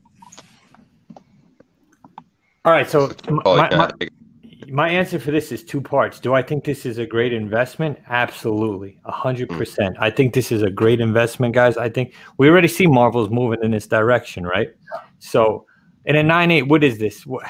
This got to be what? A $1,600 book, $1,500 book? Yeah, probably. I would say so. Yeah, 100%. Yeah. So, and here's the thing, guys. We seen Bradley already, right? We know Kate Bishop is here. What other characters are there? We got Well, Iron Lad is Kang. Right. Yep. Exactly. A different form. Right. Yep. So we have confirmation of at least 3 characters in this book, and we've seen some already. We've seen pictures of Kate Bishop. We saw Bradley's grandson, right? I think it's a great investment, guys. If you could get this book in a high grade, it's a great investment. And I'm mad too, because Matt Forge stacked these books, and he's like, when I thought they were pricey, when they were like $200-300, and I'm like, pass, pass. But to compare it to a giant size X-Men #1, guys, I mean, you're comparing Kate Bishop to Storm, Colossus, Nightcrawler. For me, there's no comparison there. Like I said it a couple of times tonight. We already seen these characters in Young Avengers. This book is spiked. We haven't seen them as a team. I'm sure it's going to go up more. There's only been rumors of X-Men, and look where this book's at. You're talking about a 9.0 giant size X-Men is out of control, guys. You're talking like 16,000, 17,000, right? Just to give you, because I only know this number because of what I paid for it and what I have, but I have a 5.5 that I just bought a month and a half ago, let's say, and I paid $2,000 Canadian. Okay, and it is already selling at like 5. Right. Yeah. So you know what I mean? I just don't see. Like I said, this is a great investment, guys. We know they're coming. Feige ain't setting up Bradley and Kate Bishop for nothing. They're setting them up for a younger generation, but I just don't think you can compare those characters to the likes of Storm, Nightcrawler, Colossus, Wolverine's second appearance. It doesn't happen for me, Yeah. Again, I wish I didn't sell it, but again, it goes back to, you win some, you lose some. This is unfortunately for me one of those that is on the lose pile. I sold mine for $100 last summer, even though Face said, "Don't sell it, don't sell it." But, And the thing is, someone asked in the chat about the second print. There's no official second print, but I guess like Alter mentioned, the unofficial second print would be that director's cut. And that book, for the longest time, was a $10-15 book. Yeah. And if you check, a 9.8 is selling for like $400 or $500. So it's a fraction of this price, but it's also not exactly a cheap book either. So. It's crazy. Let's go on to some more. That giant size X-Men comparison though is such a tough one for any. Yeah, it's tough, man. How do you compare like, you know? Yeah. Right, exactly. It's going to be something that's conversation, right? Because anytime you bring it up, people automatically go like, "Oh, you know, that's that book. I can compare it to that." But you know, like Jay, you said, right? Like, I don't want to say never because you know I've been surprised so many times in my life, and especially in the comic world. But to put giant size X-Men numbers with Young Avengers, I mean, it's just that whenever you bring up something as the next of this or the next of that, it's almost like you're kind of giving it undeserved like expectations. Like, you know, let the team play out and kind of, you know, have their own path. But when you start comparing it to established teams, it's almost like kind of doing it a disservice, I find. You know, giant size I'm collecting. Right. All right. So listen, the thing is, we see where giant size X-Men is now, right? Yeah. What happens when you see Storm, when you see Nightcrawler, when you see Colossus? You know, and we've seen Colossus in Deadpool, but we haven't seen, you know, X-Men Colossus. Yeah. What happens then? You know, that book, and then you got to think about how many are around. You know, giant size X-Men #1 is square bound book. It's a tough book to get in a high grade. You get spine splits, you get all types of stuff as compared to this. But in no way, shape, or form am I knocking this book, because I still think I think this is the direction Marvel is going in. Yeah, and the thing is, you know, of course, in 40 years, yeah, maybe Young Avengers #1 does hit the price that, you know, giant size X-Men's at now. But by that point, you know, giant size X-Men is going to be 10 times as much too. So correct. Yep. It's never going to catch giant size X-Men. Yeah. Well, shifting gears here. Next book up, we've got, and this one was more recent, but we've got a book that was, I mean, I can say I probably had about 10 copies that I found for about $1. So X-Men 282, this is the first appearance of Bishop. I don't know if this one gets going crazier if we have that same argument with 283, because 283 is the first full appearance. So you kind of get into that first appearance, first full appearance. Raw copies were jumped from $25 to $80 Canadian, which is ridiculous because even around Christmas time, January, this was like a $2 to $5 book here. The last CGC sold was a 9.8 or in a 9.8, and it sold for $520 Canadian, while a CGC 9.2 sold for $180. I remember in the fall, you can get 9.8s of this book for like $140. That's with duties, shipping, all that jazz. And even that, I was like, who would pay that? Now this book it's already crossed the $500 thresh mark. Who knows where it goes? This is just an unreal book because this was literally a dollar bin book. You could find this anywhere. Hyper, you could find this in flea markets, any flea market you went to. Yes, the elusive flea markets that you guys speak about. Yeah. So this is crazy to me. Like when I heard these prices were going up, and I was just shocked because, again, I know tons of people that just collected this book like nothing because it was like $1. So, okay, so this is something that I made, like a mistake I've made as an early collector. The thing is, I don't know if you guys ever had this mindset, but like when you see something in plentiful, have you ever had this thought that, you know, it's always going to be there kind of thing? Yeah. Yeah. That's kind of how I felt with this book. Like I got this for my PC and all that, but I wasn't like planning on stacking this or anything like that because I figured this is one of those books it's almost like I was thinking almost like the Jim Lee 1991 X-Men one. Like you could throw a stone and you could probably find that book. But I always thought that, you know, Bishop was an undervalued character, and I figured maybe it was like the print run that's causing the book to go so cheap for so long. But clearly, that's not the case anymore. Like you're showing with these prices. Yeah, and this is my whole argument before. Like because of the whole mutant talks in general, you're seeing a lot of these kind of minor keys heating up. So, things that used to be like a couple of bucks here and there is now like 25 to 80 bucks, like you're showing it. So, but to Jay's point, I think this is also probably another book that you could probably find like in the dollar bin or in the back issue bin if you look hard enough. So I would not resort to paying those prices that you're seeing on the slides. Just do a bit of digging, and I'm sure you could find these because, as we've mentioned, supply is definitely not an issue with this book.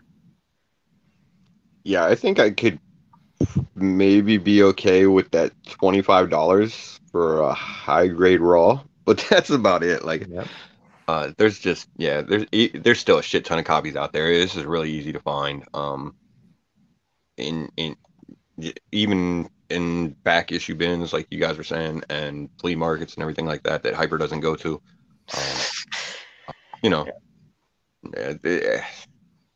I just couldn't see paying much more than $25 for it.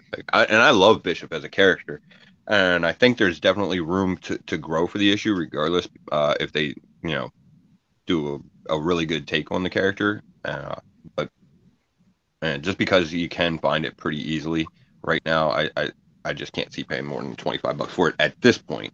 So. Yeah, who knows? Maybe somebody out there will grab 500,000 copies of it and make it rare.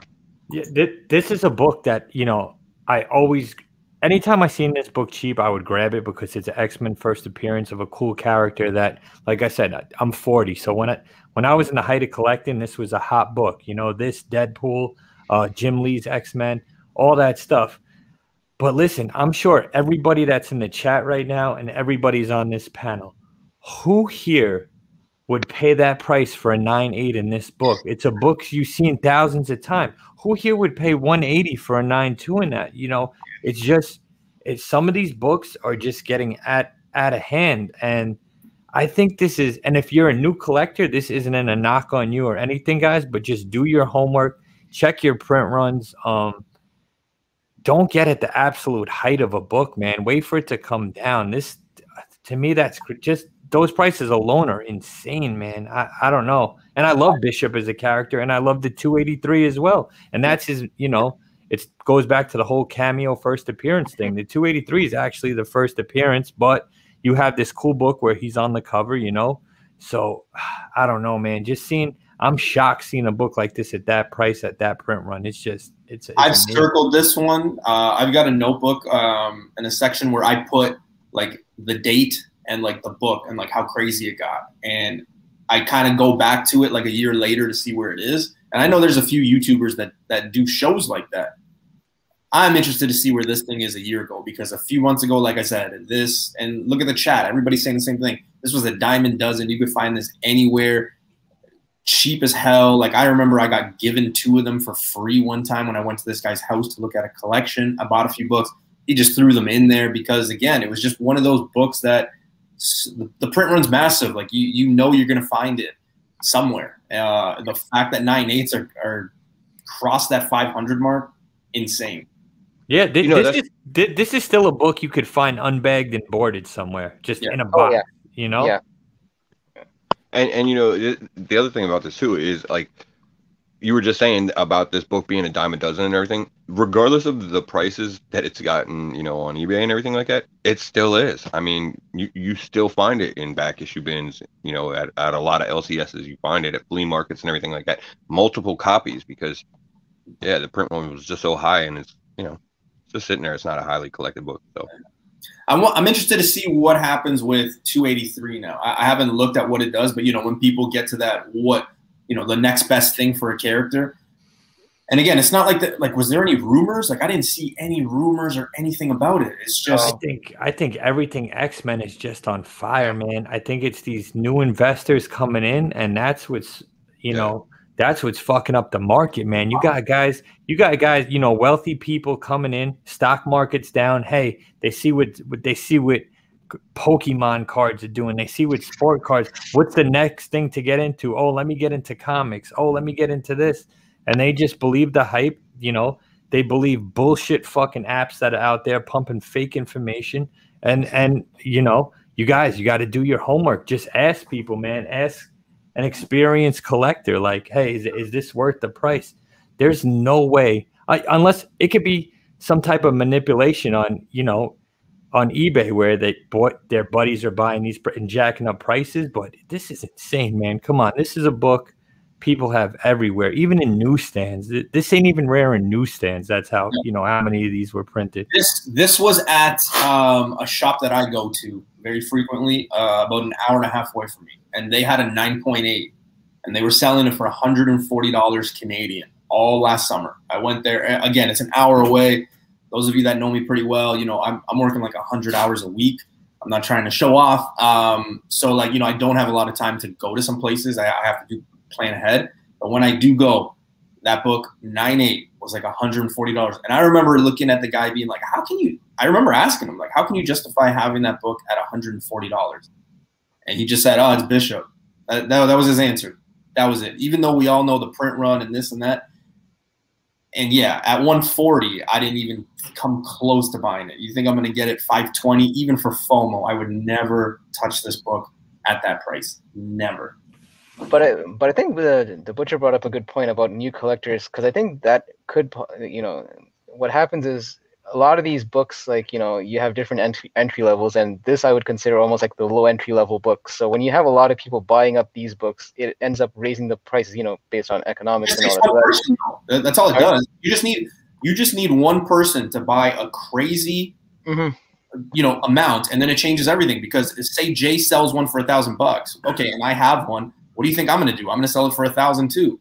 Yeah, and then listen, say, hey.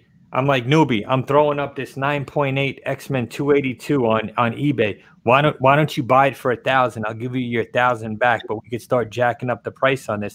Next thing you know, you go to GPA and you look, oh, last sold $1,000 for this book. Oh, what's going on with this book? Yeah. He must be coming. Something must be going on. And then the next thing you know, people that are inexperienced start scooping them up at that price, and you're like, yo, what the hell just happened? You know what I'm saying? Well, something like that actually happened recently. I don't know if you remember that Boss Logic Black Adam variant where someone was selling it for like $1,000 close to for 9.8, and I called bullshit on that immediately. I'm like, okay, there has to be some market fixing or something in that book, because there's no way a book that came out a few months ago could be $1,000, and it was a cover B. Sure enough, a few weeks later, you're seeing that book at $50.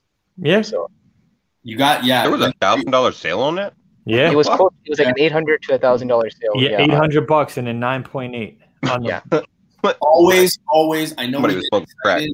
I know we get excited, but always do your research. Like if you hear something, anytime I hear something, like I never just buy it without doing my research, even if it's not like 2 days worth of research, like just go on YouTube or, go on Google, go in, in Instagram, wherever the case may be. If something's happening, you can guarantee you're going to see it. Right. So, just, you guys got to be careful, right?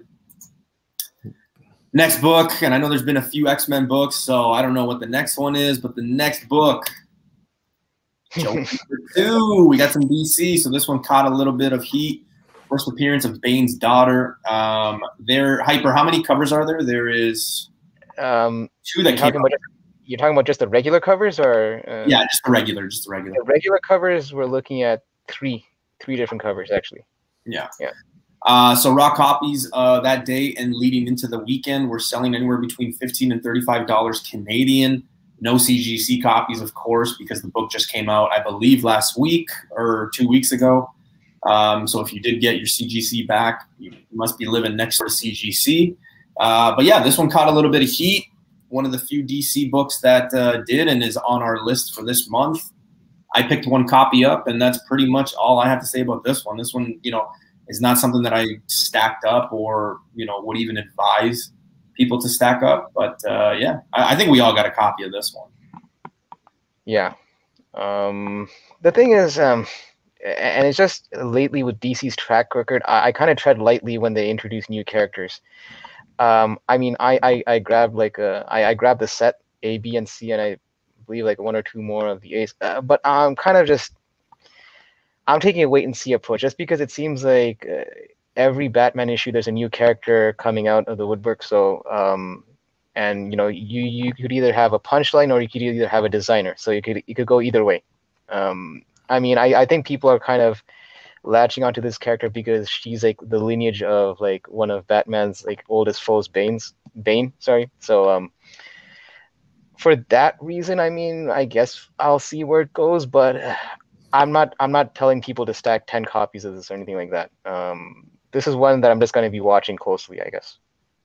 And I know that one per store was selling for a ridiculous amount, like $300 right out the gate. Yep. Yeah, I'm not paying nowhere near that much, even if it has their first cover appearance on it. Yeah. Well, I'm a little salty with this book being on the list because I gotta talk bad about a title that I love and you know, because it's the Joker. So, but yeah, man, it's not really all that great.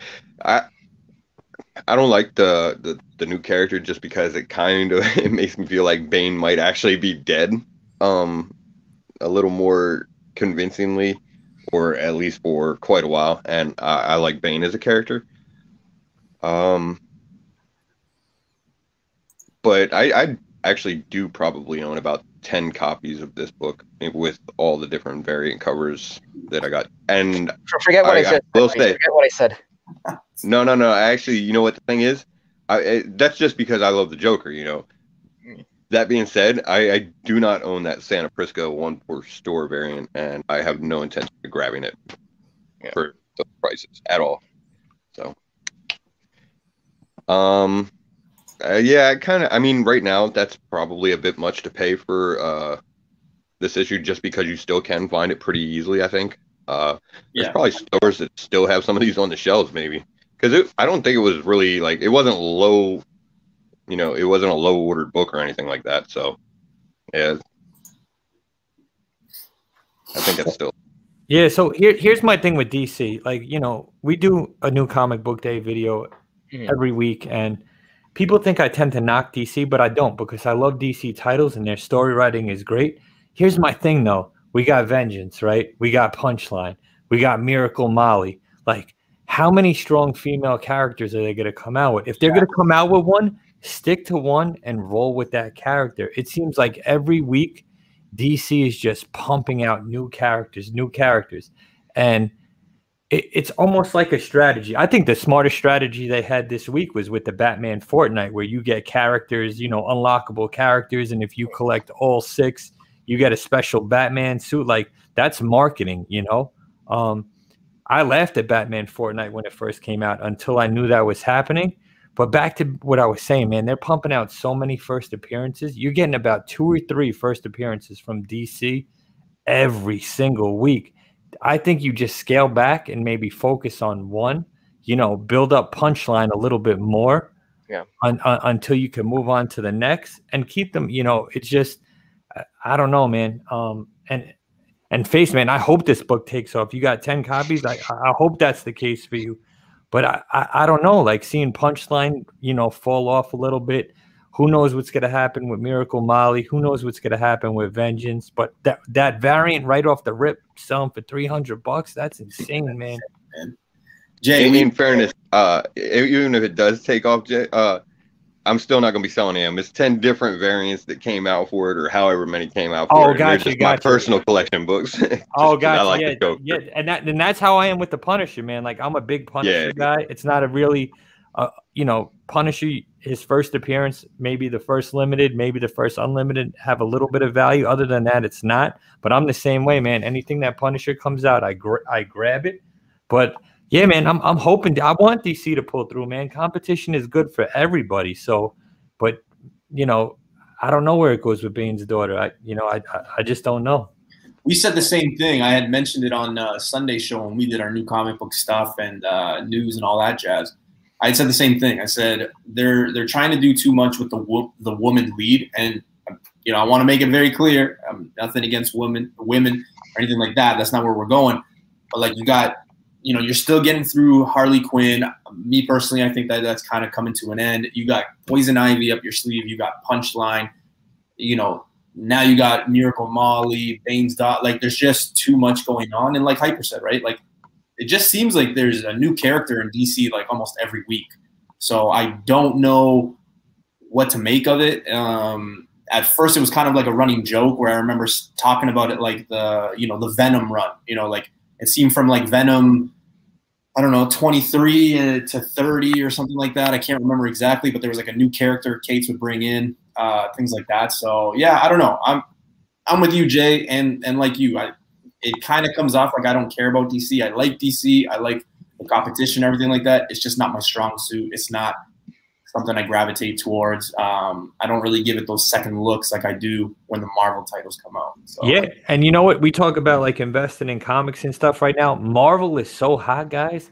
Silver Age DC keys are being slept on. Now might be the time to start grabbing those because no one's looking at DC keys right now. Everyone's grabbing these Marvel keys, man.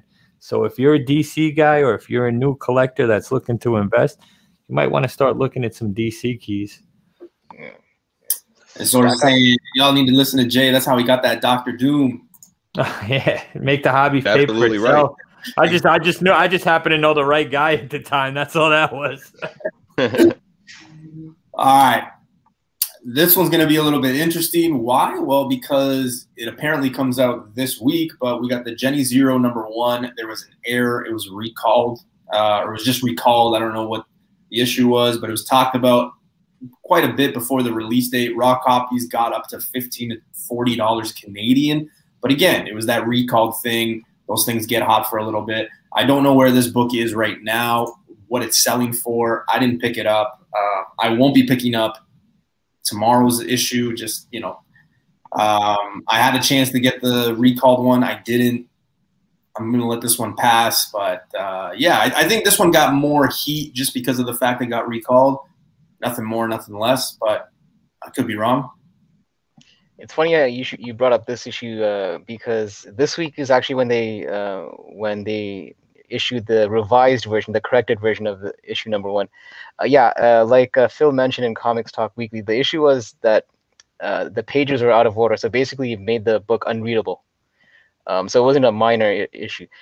Here's the thing with error prints in general. I tend to find that you're playing Russian roulette when you're kind of looking at these as investment pieces. It's almost like for the most part, I would just say they're more of a quick flip and nothing more. Case in point, look at what happened with that Immortal Hulk. I can't remember which issue, 43. But that was it. 43. Yeah, the whole anti-Semitic issue. That book was hitting like as high as $50-$60. If you look at it right now, you could probably get it for maybe $15-$20. Like even it's still over cover price, but I'm just saying that, you know, these things cools down. So error books, if you want it for your PC, I guess as a novelty, that's one thing. But if you're like stacking these, hoping that, you know, you're gonna retire off these, honestly, I would say this is almost like a week one flip. Yeah. And that's kind of where I stand on it. So. Yeah, I mean, it probably wasn't like a super high print run book, being as it's, you know, a Dark Horse title and everything like that. But that recall probably didn't mean a whole lot in the end for the print run, because unless Dark Horse was gonna, refund the cost and the shipping and all of that and everything like that, I can't see why retailers would have sent them back. So maybe they pulled them off the shelves and threw them on eBay at a little bit of a premium when people were scrambling to get them. I grabbed one off the shelf for cover price the morning of, before I actually even heard about the recall and everything, and I read through it. Yeah, it's essentially like, you know, what if Miley Cyrus had superpowers or some shit like that. It wasn't a bad read. The error does cause a little fuckery when you're reading it, but I'll yeah, you know, I'll check out the revised copy, and I'll grab issue 2, but I wouldn't pay more than cover price for them. Yeah. And yeah, even this one I wouldn't have grabbed for more than cover price. So yeah, when I read the solicitation to this, I was like, oh, this is a cool idea. It's like, you know, right, Jenny's dad is like some big time superhero and she's like some drug addict, and I'm like, this her right there, that's me in my 20s all day. All day. Thursday through Sunday, that's me. I still haven't read it yet. You know what? You learn something new every day, because I didn't even know there was a recalled issue. I'm going to check my LCS. If I could buy it for cover, I'll buy it for cover, but not much more than that. That's it, man. I don't know much on it, so I can't speak much on it. I don't really collect these type of books, but you know, I definitely wanted to give it a read. Being, you know, it sounds good, man. Like the storyline sounds good. In the chat, if you read it and it's good, let me know. I thought yeah, it wasn't bad. More popular due to the fact that I thought it was going to be kind of like The Boys, right? Like Boys has become very popular. It's fun.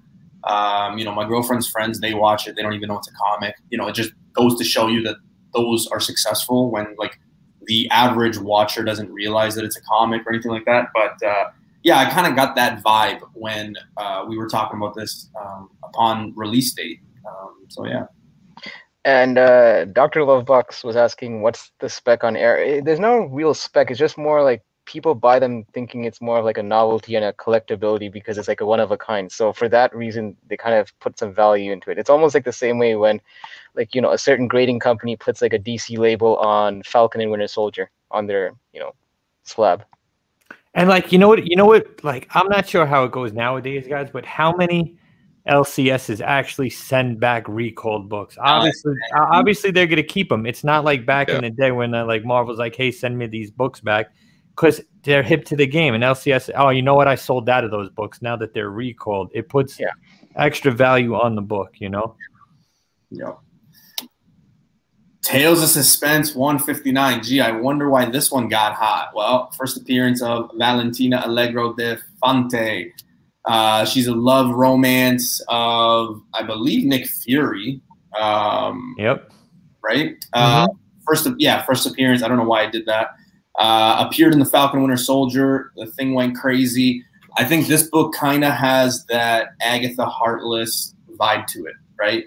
She was there. We don't know, like, how crazy she could be, but again, this book spiked. This one was on cover price. Everybody was searching for it the next day, if not that afternoon.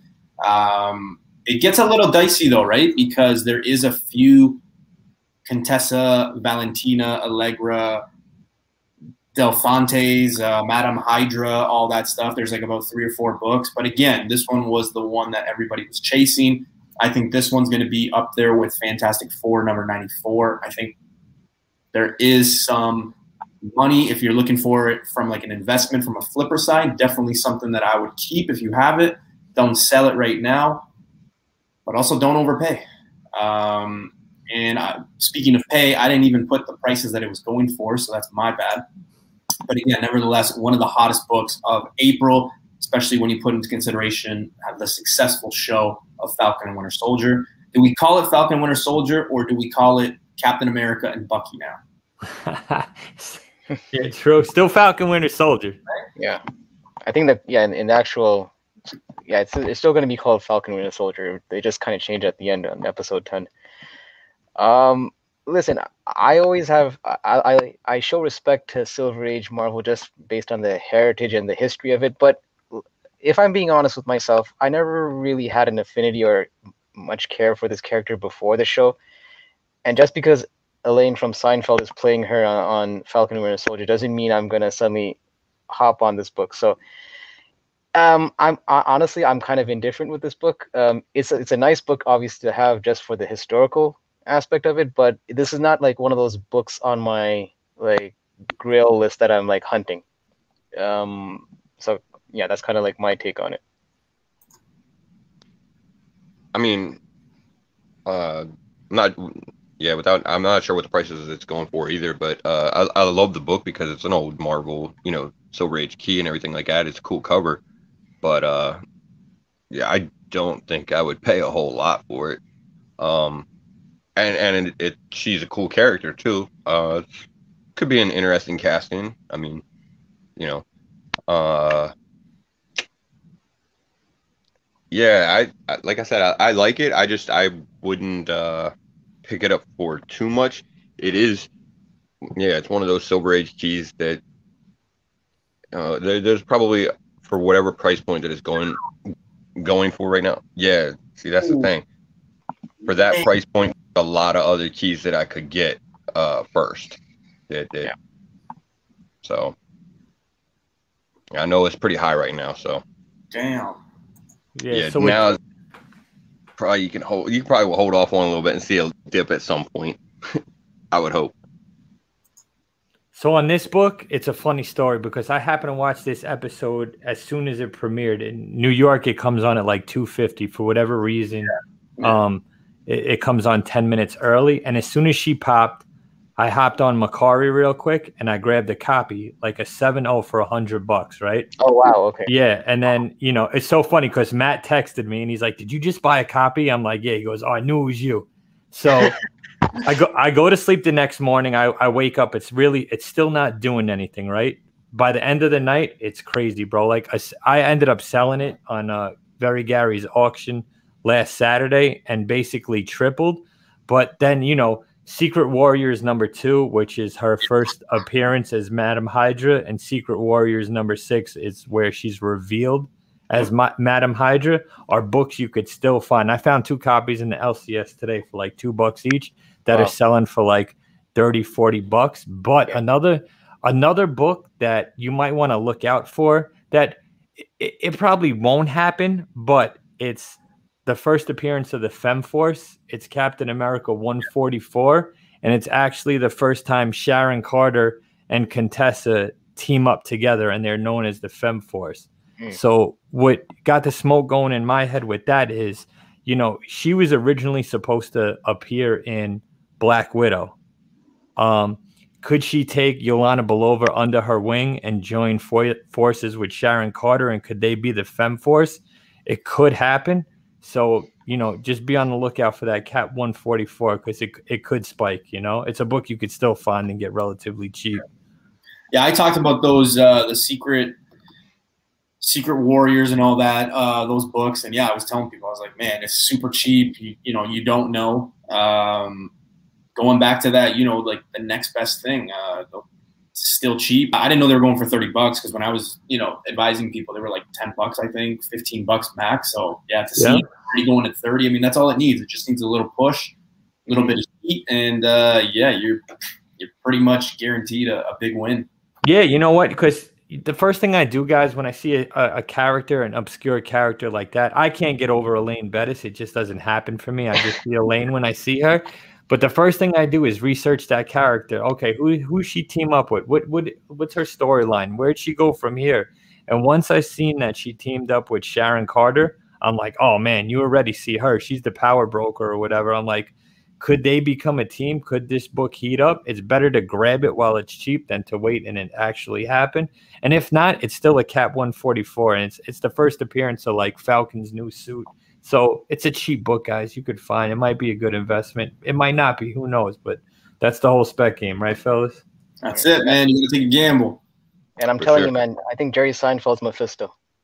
Oh, fuck. It's about to happen. This one. Go goatee on him. This book we won't be talking too much about, but Nightwing 79, yes. Again, another first appearance of a DC character. Is it pink or is it salmon? You always have guys, when there's pink involved, we always say, no, it's salmon. But hey, it's pink. Raw copies were selling anywhere between $10 and $25 the day of, and continued again through the weekend.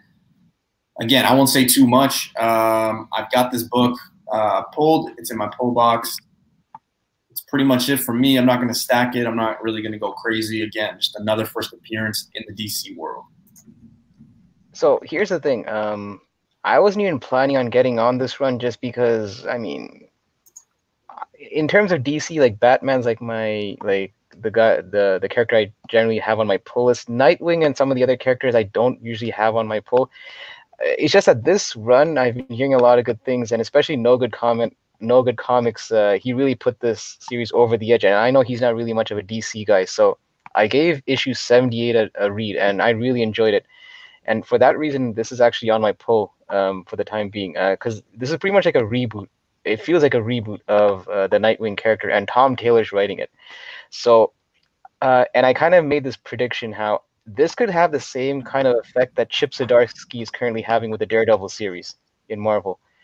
They're both very much like street level characters, and they're both done by, really good writers. And even if you don't have a lot of I know that you mentioned there's like Heartless as a first appearance, but I think as a run itself, this could actually turn out to be a promising one. Like, even though we're only 2 issues in, it's just, you kind of get that feeling when you read that first issue, in my opinion. So I actually have 2 copies. I missed out on cover A, so I had to get cover B, but I got 2 copies of B on 79 and 78.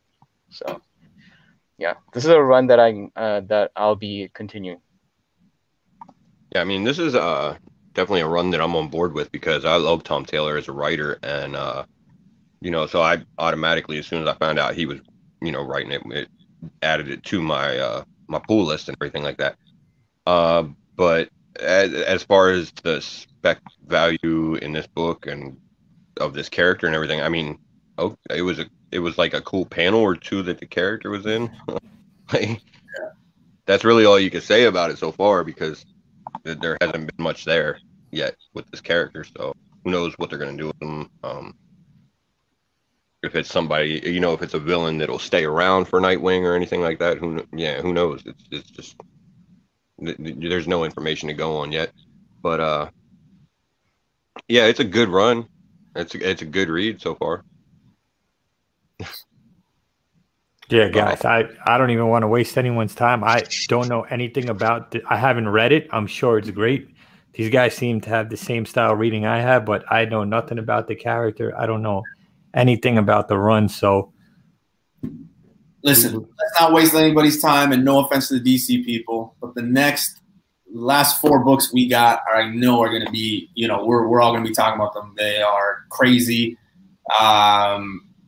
Let's see if Hyper's eyes just blow up when this one comes up. But nice Marvel Special Edition 15. You knew this one was going to be on the list. Yeah. You don't know what this is? Well, buckle up. This is the first appearance of, depending on where you are, if you're on Shang-Chi or Shang-Chi, it's one of those.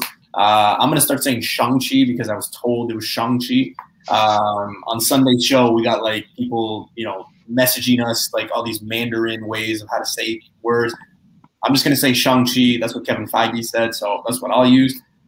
Again, the trailer and teaser dropped on April 19th, and this thing blew up. We were talking about this book, me and Hyper, a week before this book dropped, and it was, I believe, an 8.0 was around $800 Canadian, and 8.0 right after this thing was selling for $1,400 Canadian. Again, one of those keys that was very under the radar, and when it's not in your face, that's when to pick it up, right? But yeah, this needs no introduction. I mean, this thing is going to be a hit. It's probably at the point where it could be seeing those unreachable prices for some people. You know, when you get to $1,400, I mean, you're limiting a lot of people, right? On what they want to buy, because $1,400, I mean, it's a lot of moolah. So, yeah. Yeah, I mean, this is one of those books that, Newbie, you know that I was telling you how I always thought that this was an undervalued book for the longest time, despite the fact that we knew that this character was coming and coming very soon. I actually picked this up last summer because this was at the time, because I was like shopping around for like, I guess, a key to add to my collection. And this was in that affordable range at the time when I bought it. And, you know, I was a bit disappointed because after I bought it, I kind of saw that the price was very stagnant, and I thought, oh wow, this book is still not getting the love it deserves. But then, you know, a few weeks ago, you're seeing the prices, you know, go up with the whole teaser trailer. It's like the whole Agatha Harkness effect, where you kind of mentioned how it's almost like as soon as you see the character, it's almost like it's like the seeing is believing kind of thing. Yeah. But yeah, I'm really big into this character. I'm just big into the fact that Marvel is going that whole martial arts route in general. So, you know, I'm glad I got this in my collection before this thing heated up to the prices that they are right now. And I see big things, especially because we know that Marvel is trying to penetrate into that international market. And I think movies like this will kind of give it that its foot in the door in those markets. So, yeah, I'm big on this character. Yeah, this is definitely a foot into the martial arts and that sort of mystic aspect for Marvel in the MCU and everything like that. So there's still some potential there, but regardless, this right now is a seller's book just because of the trailer having dropped and everything like that. And that fucking trailer looks dope. So, you know, obviously, with it looking really good and everything, it's going to command high prices right now. So you know, obviously, when the movie comes out, that's going to have an effect on the valuation of it. If it's really good, you can probably expect to see it go up some more. And then after a while, you know, the movie will kind of drop out of people's memories when they move on to the next best thing. And there should be some at least little bit of a dip, and that would probably be a better time to look into purchasing it. Just like, you know, after that trailer drops and before the movie is probably not the time that you want to buy anything. Yeah. Hey, man, listen. I think just like Hype said, think about the international. China is probably, I'd say, maybe even bigger in viewing MCU movies than the United States. I think Shang-Chi has, I'm going to say Shang because I'm from New York and that's just how I say it. I don't mean to offend anybody. It's just been Shang-Chi my whole life and it's not going to change now. And it's no offense to anyone. It's just growing up with this character. That's how I said it. So that being said, I think this book has a ton of room. I think the trailer looked great. But guys, the trailer already dropped. This book is already out of reach. It's already out of reach. Once the movie drops, yeah, it's going to go up a little bit higher, not much higher. You know what this book screams to me? You better go grab Iron Fist #1. I'm sorry, the first Marvel premiere #15, the first appearance of Iron Fist, because there's no way they're going to do karate movies without putting him in. And can I show you a book real quick? Yeah, man, pull it up. So check this out. Here's the second print, right? I mean, here's the second appearance, right? But check it out. The second appearance, double cover. Oh, what? That is dope. Yep. So, you know, we all know, guys, when books get out of reach, you got to start reaching for those second prints. You got to start reaching for the origins, and then you got to start thinking outside the box, you know. Yep. Marvel already announced that they're coming back with Punisher, Jessica Jones. Obviously they said they're going to recast Iron Fist and Luke Cage, so they'll probably be doing something together, two characters that can feed off each other. So besides thinking about this book at its absolute highest, start thinking about Iron Fist, start thinking about Luke Cage, start thinking about characters that kind of tie into this mythos, you know? Yep. Jay, and you know, go ahead. No. I was just going to ask, for that double cover, if I'm not mistaken, when you send it to CGC, they usually grade the inner cover, right? It's the better of the two. The better of the two, okay. Yep. And I shout out to Matt Forge, because Matt Forge found this book. This is a book strictly for, you know, once the movie pops, strictly for grading and getting rid of, you know? You know, Jay, you had just mentioned about how they are bringing over Jessica Jones, you know, Punisher and Daredevil, but they're recasting Iron Fist and Luke Cage. You know, that's pretty telling in itself. Like you said, they're probably doing something together. So you know, and real specifically points to Heroes for Hire. So yeah, absolutely. And you know, we all know Marvel's going in kind of like a cosmic direction, but without a doubt, they're not going to forget about their street level heroes. You know. Yep. Yeah. This one's going to be something interesting to talk about. Marvel Comics presents 72. Origin of Wolverine, super hot with rumors of that Weapon X project, you know, that anthology, whatever the case, whatever you want to call it. Raw copies were reaching $100 plus. A 9.8 was selling for $1,200 Canadian.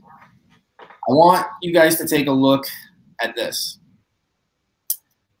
Last CGC sold was 190, or a 9.6 was selling for $156 on April 15th.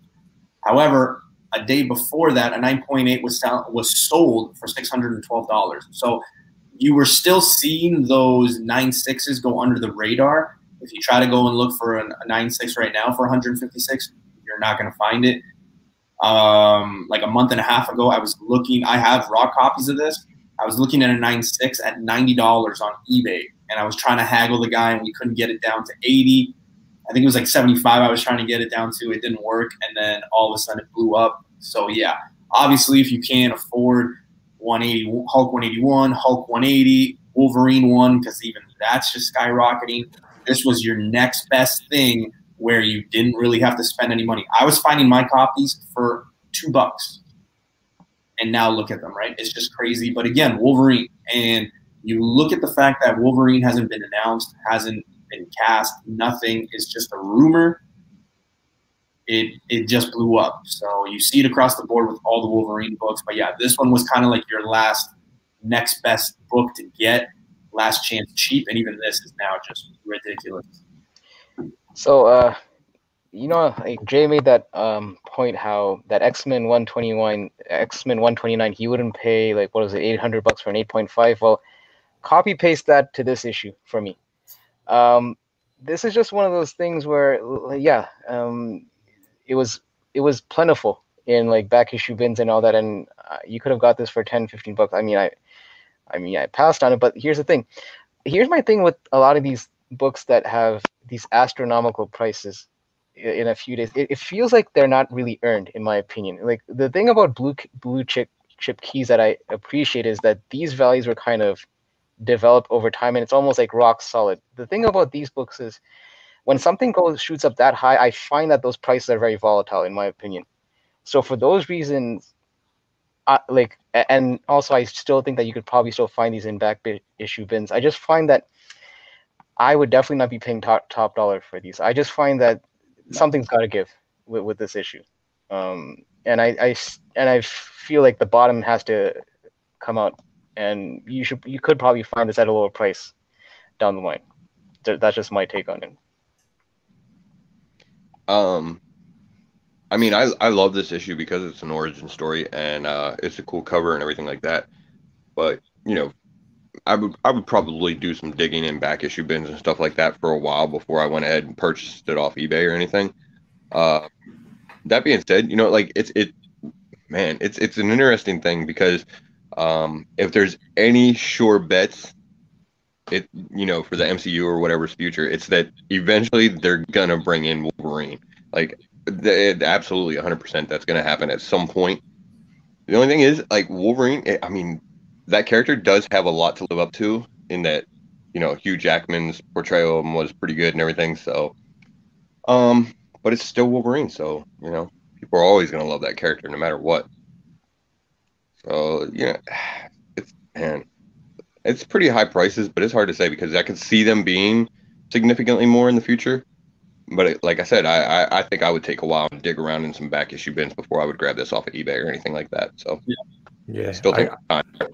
I agree 100% with Face. This is a book you could still find. How many times have you passed this book over, guys? Like, yeah, right. You know what I'm saying? You passed it over hundreds of times. To me, looking at these Wolverine books, especially this one, jumps out to me. Somebody knows something. This book absolutely skyrocketed, and then, maybe like 2 weeks later, you get a rumor that, they're going to do a Wolverine Origins storyline. So someone knows something there, right? Because a book like this, where it's his origin and he becomes Weapon X, doesn't just jump out of nowhere. And like Newbie said, the Wolverine #1 Frank Miller, the limited and unlimited series are going for astronomical prices. And guys, what do we always say in the collector market? If you can't grab the first appearance, the second appearance, you grab an origin, you grab a first limited series. Running out, running out, man. So it's man, that 181. I missed the boat on that. That boat ain't coming back. That's bon voyage. See you later. Unless I win that book in a raffle, I'll never see that book in my life.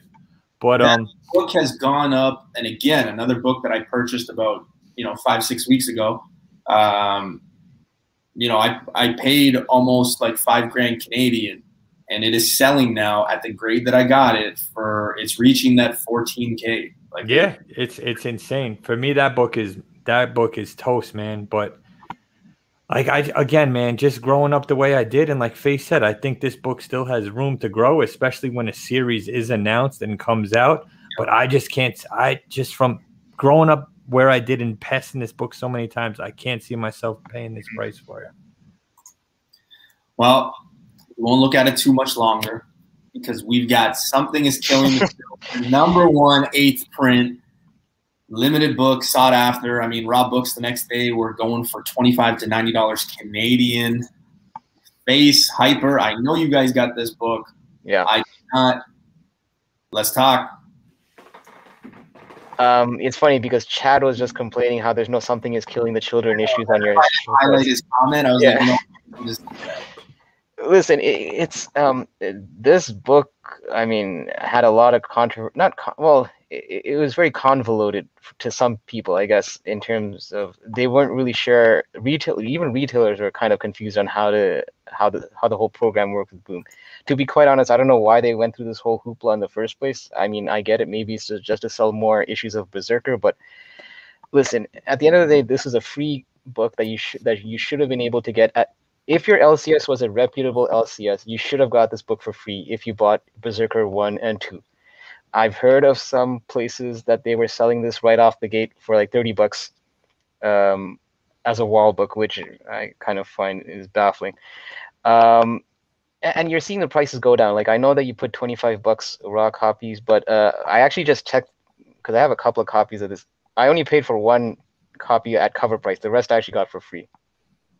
Keep in mind, but I think this book is already cooling down at like $12, $13 right now. So I was just surprised that this book even hit $30, $40 in the first place. I think like this is an issue that might catch some heat for those completionists of Something is Killing the Children, and that they want all those covers and they missed out on this. I could see that happening, but again, this had a 74K print run, so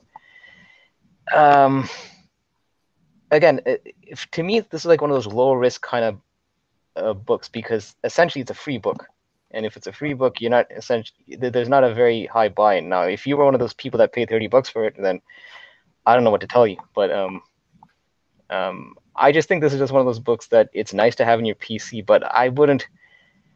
As far as late printings in Something is Killing the Children #1. This isn't the one that I would go to. I'd probably go for the later, if that makes sense. Oh man, fuck. So, in the grand scheme of things, Something is Killing the Children for $25 right there. If you can get the raw copy right at $25, at this point, that's almost a low price for fucking any Something is Killing the Children book. Yeah, but the thing is, yeah, there's still a lot of copies out there and everything like that. I mean, you could still get it pretty, it should still be pretty available, I think, because, it was a high print run and everything like that. Yeah, Boom really fucked the, I don't know, I guess the distribution or however the intended process for this was to go. Yeah, it didn't really go smoothly. That and those Berserker second and third printings, man, and those, like, I know that there was some reasoning put out by Boom as far as trying to kind of shift the blame over to the retailers, but I can't really buy that, because it wasn't too long ago we just saw that shit happen with Last Ronin, and that's exactly why, as a publisher, it doesn't make any fucking sense to put in, I guess, whatever your print order is going to be before FOC. Like, it doesn't seem to make any kind of sense to me. But yeah, I with Boom screwing up how this went out, I think that's probably what caused the immediate high spikes for it, because there was probably concern people wouldn't be able to find it and everything like that. But now that it's out there and there's so many copies floating around, I think it'll probably come back down a little bit for a while. So here's my thing with Boom. Here's my thing with Boom, right? I ended up buying a copy of Berserker #1, right? And the reason I bought it is because I love Keanu Reeves. He does a lot of charity work with cancer. The guy still rides the subway in New York City. He's just a great guy. And I said, you know what? He's a great guy. Let me support what's going on, right? That being said, here's where the dick comes out. Berserker was absolutely terrible. For me, in my opinion, absolutely terrible, right? But Richie from Boom knows how much money he invested in it. So, how do I keep this afloat? How do I keep selling copies of Berserker? How about I give away Something is Killing the Children #1, my hottest seller, probably my hottest seller I ever had for Boom Studio, for free if you buy issue #1 and issue #2, right? What's that telling you? That's telling you he don't have faith in Berserker. That's telling you that if you're a comic book reader and you read that first issue, that could it get better? It could. The interior art was terrible in my opinion. And guys, again, I don't want to offend anybody that likes this is all just my opinion. It was a ploy to move more units with something he knew could move more units. It was a smart business move by him, but 75,000, you know what I'm saying? Not like that, you know, so you double that because you would have to buy #1 and #2 of Berserker. So now you're looking at 150,000 copies that stores ordered just to get rid of that Something is Killing the Children #1 that's heavily overprinted. So you know what I'm saying? It was a smart business move, but it was a see-through business move, you know? Jay, you know what the funny thing is though? You mentioned about the interior art. That issue 1 actually got delayed because the initial interior artist got changed because they didn't like the art direction in the first place. So if you said that you hated it, this interior I didn't. I mean, did you guys read it? Did you guys read it? Yeah, I read it. I mean, I thought it was okay. So my issue a whole lot to read. That's exactly my point. It felt like it was way too brisk. So I guess I took it almost as if let me wait and see how the series goes. That was my approach. Like generally I don't want to write off the series until maybe the first arc or so. So I figured, okay, they're just getting their feet warm, so let me just give issue 2 a shot. I haven't read issue 2 yet though, so very generic. Yeah. Well, this last book, hottest books of April, is surely going to get everybody going. This was probably the way we stopped April and headed into May. I mean, we were talking about this before we even went on, live. We were talking about Thor. We were talking about this, that. One of the hottest books of April, guys. Thor Annual #1. And again, this is another book that, people were kind of saying, hey, man, don't sleep on this. Hey, pick this up. Hey, you might want to pick this up. And I was kind of, if key issues is in here, I remember our buddy who is not really into comic books. He's more into the movie side. He even said, he's like, man, I could totally see Hercules. But I always took it as a joke because he's like a big guy. So I just thought, okay, yeah, of course you're going to say Hercules, like whatever. But obviously, yeah, this is the first appearance of Hercules. Rumors of Russell Crowe became true. They were confirmed. So he is playing Zeus. Zeus, if you don't follow the Greek stuff, Zeus is Hercules' father. Raw copies were selling anywhere between $60 and $300 Canadian. The last CGC sold, 8.5, was $2,500 Canadian. I mean,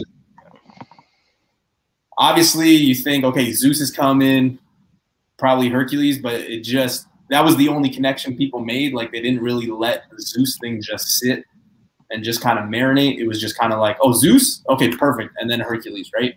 And I get it. But yeah, this was, again, another book just like Marvel Special Edition 15. It was there for a long time, super cheap. Russell Crowe gets confirmed. This thing blew up. Now, the thing about this book is, I don't know if you, Newbie, or someone else mentioned it, but there was a theory that was floating around that if, let's say, Russell Crowe is playing Zeus, I mean, we know that the character that Christian Bale is playing is the God Butcher, right?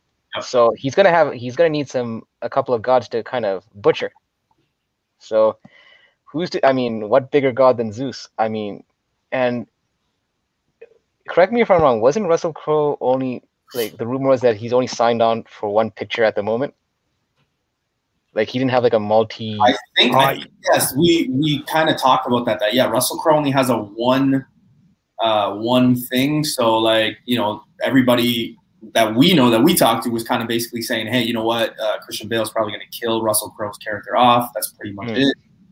And yeah, so I know being long term or multiple projects. I really know.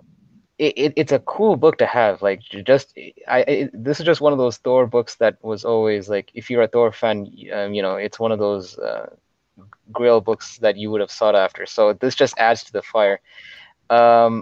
Interesting note about this one: there is a Canadian edition apparently that has a blank back cover and a blank interior or something. So if you find raw copies, just make sure that you know which one you're looking at, because I think the Canadian one goes for a lower price than the actual regular US copy. But yeah, this is a book that, and I mean, I know that people have been thinking that Hercules is coming into the MCU at some point, maybe because he was like one of the original champions, even though Champions is a lot more different now than it was when it first came out. I don't know, in terms of MCU spec, I'm not sure, but I just like this book just from a historical standpoint. So yeah, that's just my take on it. Nah, fuck this book, man. It's trash. You should just throw it away. And I'm really a helpful guy, so you can just send it to me and I'll get rid of it for you. No, yeah, I mean, if they're bringing in Zeus, yeah, it does seem like it makes sense that Hercules will show up at some point, you know, because it's Zeus's son and it's a character that Marvel can use and could probably make cool. So why not? Even if you know, Zeus does get killed off in this movie and we don't get Hercules, that still doesn't negate Hercules showing up in the future. I'm sure Zeus has had a lot of action going on before this, you know. So, but yeah, I mean, it's a great Marvel key to own and everything like that. So, you know, the rumors right now might be pushing it up to a pretty high point to price to grab it at, you know, for the time being, but yeah, solid key to own for sure. Yeah, I agree, Face. I think seeing books like this, man, I love seeing books like this. And we talked about it backstage, Noob. We said, you know, Marvel has the fantasy thing, they have the cosmic thing, they have the karate thing.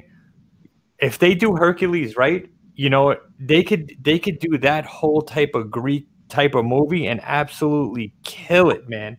So I think this book has a ton of room to grow. With Russell Crowe, right? Here's what Russell Crowe looks terrible. He looks more like a crow named Russell. He looks absolutely it's like looking at Jack Nicholson eating a hoagie on a boat. Do you know that? They better get him into some type of shape if he's going to play the king of the gods. That was my Joker at one point. Yeah, exactly. So it's like, holy smokes, man, you better get in shape. Here's what scares me about casting like that. When they do these Thor movies and movies like this, you don't know if he could be playing Zeus in a play like Matt Damon did. That's another thing. So if you're investing in this book, you're not investing in it because of Zeus anyway. You're going to invest in it because of Hercules. So a great book. Yeah, definitely a book. You know, one of our followers, Dan, he was on the show. Was it last week, guys? Was it last week? It was last week. Yeah, the Silver Age session. Yeah, and he was saying, you know, that was one of the books that he was talking about very heavily. I remember Vancouver Comic Junkie. You know, some of the guys at Three Men in the Basement. You know, it was a book that a lot of people talked about, and it still stayed on the shelf. It still stayed in you know, in shops. But until the news broke, Russell Crowe was playing Zeus. This thing just went nuts. And again, you know, hey, it happens, right? Because that's all we really need. We just need a little information. And, you know, Jay, I know you and Matt and those guys, you know, like, and myself, right? Like we spec, you know, we're you know, flip and things like that. And I just thought it was interesting because when you look at from the end of Winter Soldier to where we're going to be on the next project, which is Loki for June 11th, that gives a lot of people, spec, and even the community just, you know, time to, you know, and I always joke, oh my God, you know, Christian Bale was wearing a Gambit shirt. Oh, Gambit's confirmed, right? That's all it takes. It's just these little things.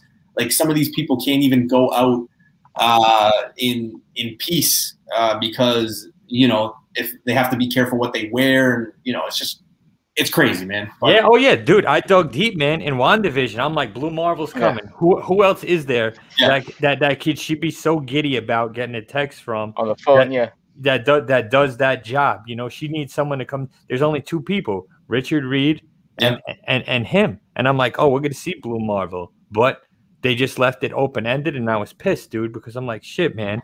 But you guys think like me. All right, Hercules is casted, right? Zeus is casted. I'm thinking, all right, that book's already out of hand. Who are these characters associated with that I could grab now? Everyone's looking at these two guys. Keep looking that way because I'm going to look this way and grab characters that who's their major villains? Who's their associates? What's the first time they met up together? You know, That's how you got to collect, and that's how you have to invest. Once the news comes, it's too late, man. You missed out. And the thing is, some people forget that Disney already created a Hercules animated movie. So if a live action Hercules comes, who knows? Maybe you might have a multiversal cross between the two. Yeah, I'm kidding. And if they get you never know what they could do, man. You never know what these people, who would ever think you would see Hercules with, or Conan with the Punisher in the comic book? Like, how much sense does that make? Yeah.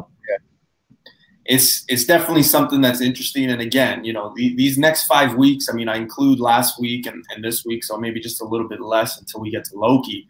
It's just going to be very interesting. And I said to these guys, backstage and privately, and, a lot of the people in the chat who follow us, like I've said the last 2 weeks, it's going to get a little interesting. I'm interested to see where we are until that Loki show, because the spec and, the investment and what happens, because again, we go back to that nothing. And who knows, maybe we get a trailer in that time, right? Maybe Eternals drops, or maybe Venom 2 drops, because those are the next movies, right? Like after Black Widow, those are the next movies. So, who knows? We still need trailers for those. So we'll see. And I like what Coco says about, he just reminded me, he's making it, a joke about Gore and Russell Crowe, but he brings up the Necro Sword. Everyone, no books died after the last episode of King in Black, the last issue. I'm sorry, not episode. But you can't do Gore without the Necro Sword, and you know where the Necro Sword comes from. So don't sleep on that character, guys, because Feige's not an idiot. He's seen how much. Listen, when coronavirus hit, when COVID hit, there wasn't much movie speculation because everything was on hold. But there was comic book speculation, which you don't see too often. And you've seen what Null did. You've seen what books did. You've seen what store variants did. I thought, I'm fortunate enough to work, I'm a first responder, so I'm fortunate enough to work through the pandemic. And I'm like, I'm going to clean up during COVID. Everyone's going to be selling their collections. It was the total fucking opposite, man. People were just buying probably more than they ever bought. Look at the market now. So, the shows, right? Like, we've never seen that. We've never had, and it would be interesting to see what it would look like if we weren't in COVID, right? Like if it was just like, just like the past with these shows, because, like I say all the time too, like those shows changed us. And you guys talk about it just like I do. Episode 3 of WandaVision, or episode 2, we knew Agatha Harkness was there. Yep. The book did this. Yep. Not until episode 6, 3 weeks later, did it just skyrocket. You know what I mean? It's crazy what these shows do, because even though it's like right in front of us, you never know when it's going to spike, because people are like, oh, you know what? There's an episode next week. Worst case, I can just get it next week. Yeah, man. It's messed up. Well, Jay, listen, that was our show, man. I really appreciate you coming. Before I give the floor to you, I just want to say to everybody, make sure you guys go stub my man FaceTime, Hyper Combo, and our 4th Musketeer, who was probably sleeping because he works at 3 in the morning, but Mr. Key Issues.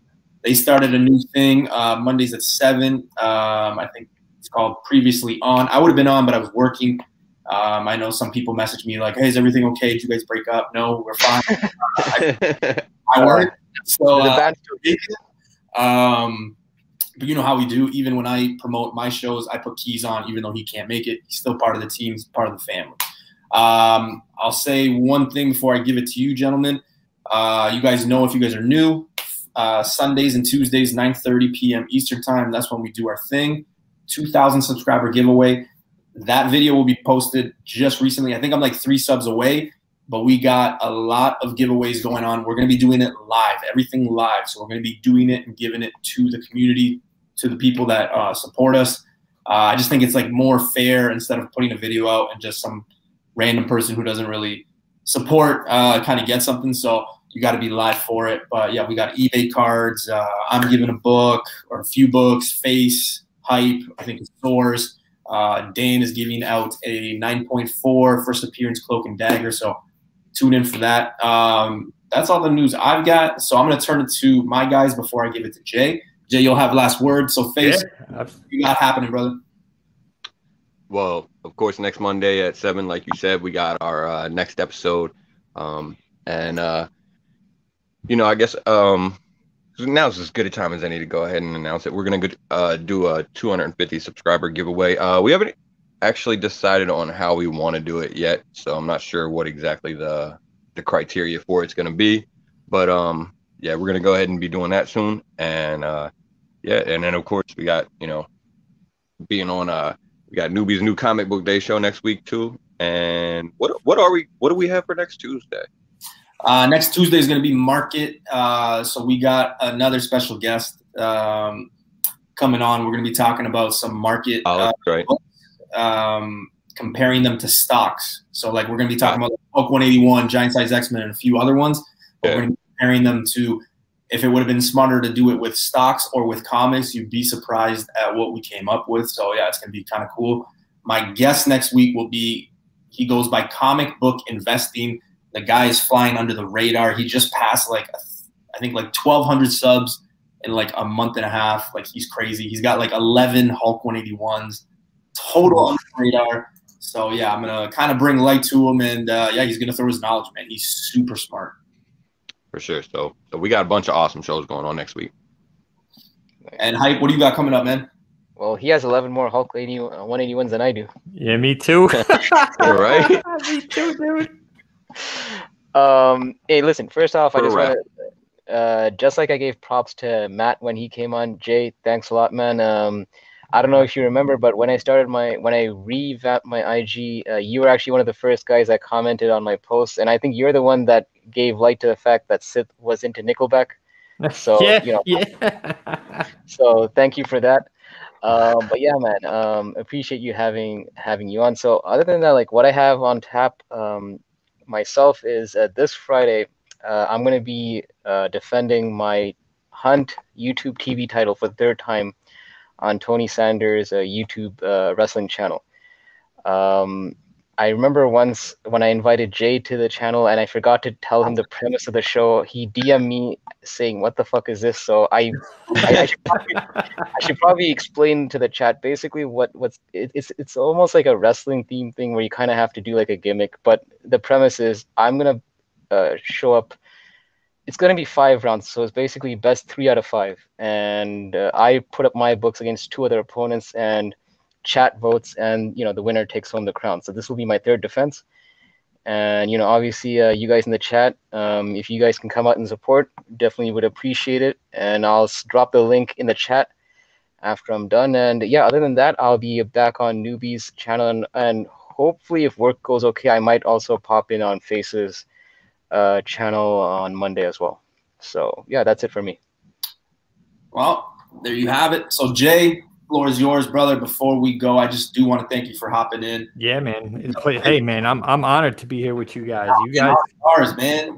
You guys do big things, and I knew right as soon as I hop backstage with you that we were vibing out, and it was all good, bro. Guys in the chat, I want to thank everybody, man. There's some cool guys in there showing me love.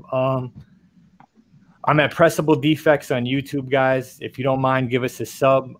We do a new comic book day video for CBSI that drops every Tuesday. We do a defect spec that drops once a month. We do an episode called Cold Keys. What that is, it's books that are either on their way down that shouldn't be, that haven't really heated up or are going to heat up. Just books that are cold, and it's doing that research is tough nowadays because there's really nothing that's cold, but we do our best to do that. We got a video dropping tomorrow at 5, I think.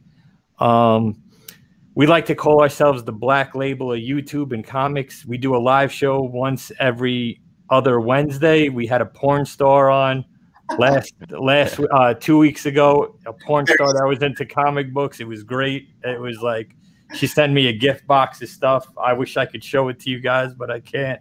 And that's it, man. I just love the hobby. I love coming on, chopping up with guys like you, good people in the community. There's enemies in the community. We won't get into that, certain apps and stuff like that. But I just like talking comic books, man. I like talking to people. I like talking into the chat. So give us a follow at Pressable Defects, guys. I'm sure you'll see these guys on here sooner than later. And I appreciate everybody and all the love in the comments, guys. And guys, I dropped a Pressable Defects link in the chat, so definitely give them this. Appreciate that, dude. Yeah. Sure. We appreciate you coming on, Jay. Sorry? Oh, thank you. I appreciate it, man. you guys, I always go back and forth with everyone. Hype, we've been on shows together that got canceled. I got a couple of shows kicked off. I was nervous. I was like telling you like on IG. I'm like, just like I was like telling Matt. Like it felt like the Pressable Defects curse with you guys. Like whenever I'm on a show with you guys, it never sees the light of day. So it's nice. There's been some canceled shows. Now we're trying to take the more professional approach, but we still keep it raunchy with porn stars and shit. So. Oh man, I was saying to Guy, we got 2 of the Pressable Defects Infinity Stones. I got to get Guy on here. Yeah, absolutely, man. Don't feel bad. We got to you last. Don't worry about it. Good things come to those who wait. So that's it. Guyuchu brings some knowledge, man. Yeah. But yeah, man, just, like I said to Matt last week or 2 weeks ago when we had on him, thank you so much. Time is everything these days. So I appreciate you for giving ours yours. Open door. I mean, I've been rocking with you, talking with you back and forth for a long time, man. So, open door policy. We rep you guys. We roll with you. We respect you. Same thing, man, with fucking Beaver Brothers. Yeah. Someone's going to trademark that name or make it. And same thing, man. I'm sure, like I said, open door for you guys. I'm sure.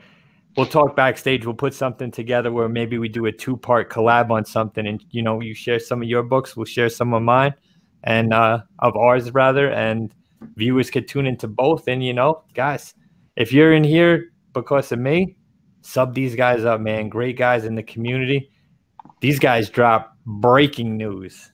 Breaking news. If you don't believe me, go back and watch. So, all guys and ladies, because I know there's some ladies in here tonight. Appreciate you. Like I always say, keep searching for those books because they're out there. Peace. Peace. Later, guys.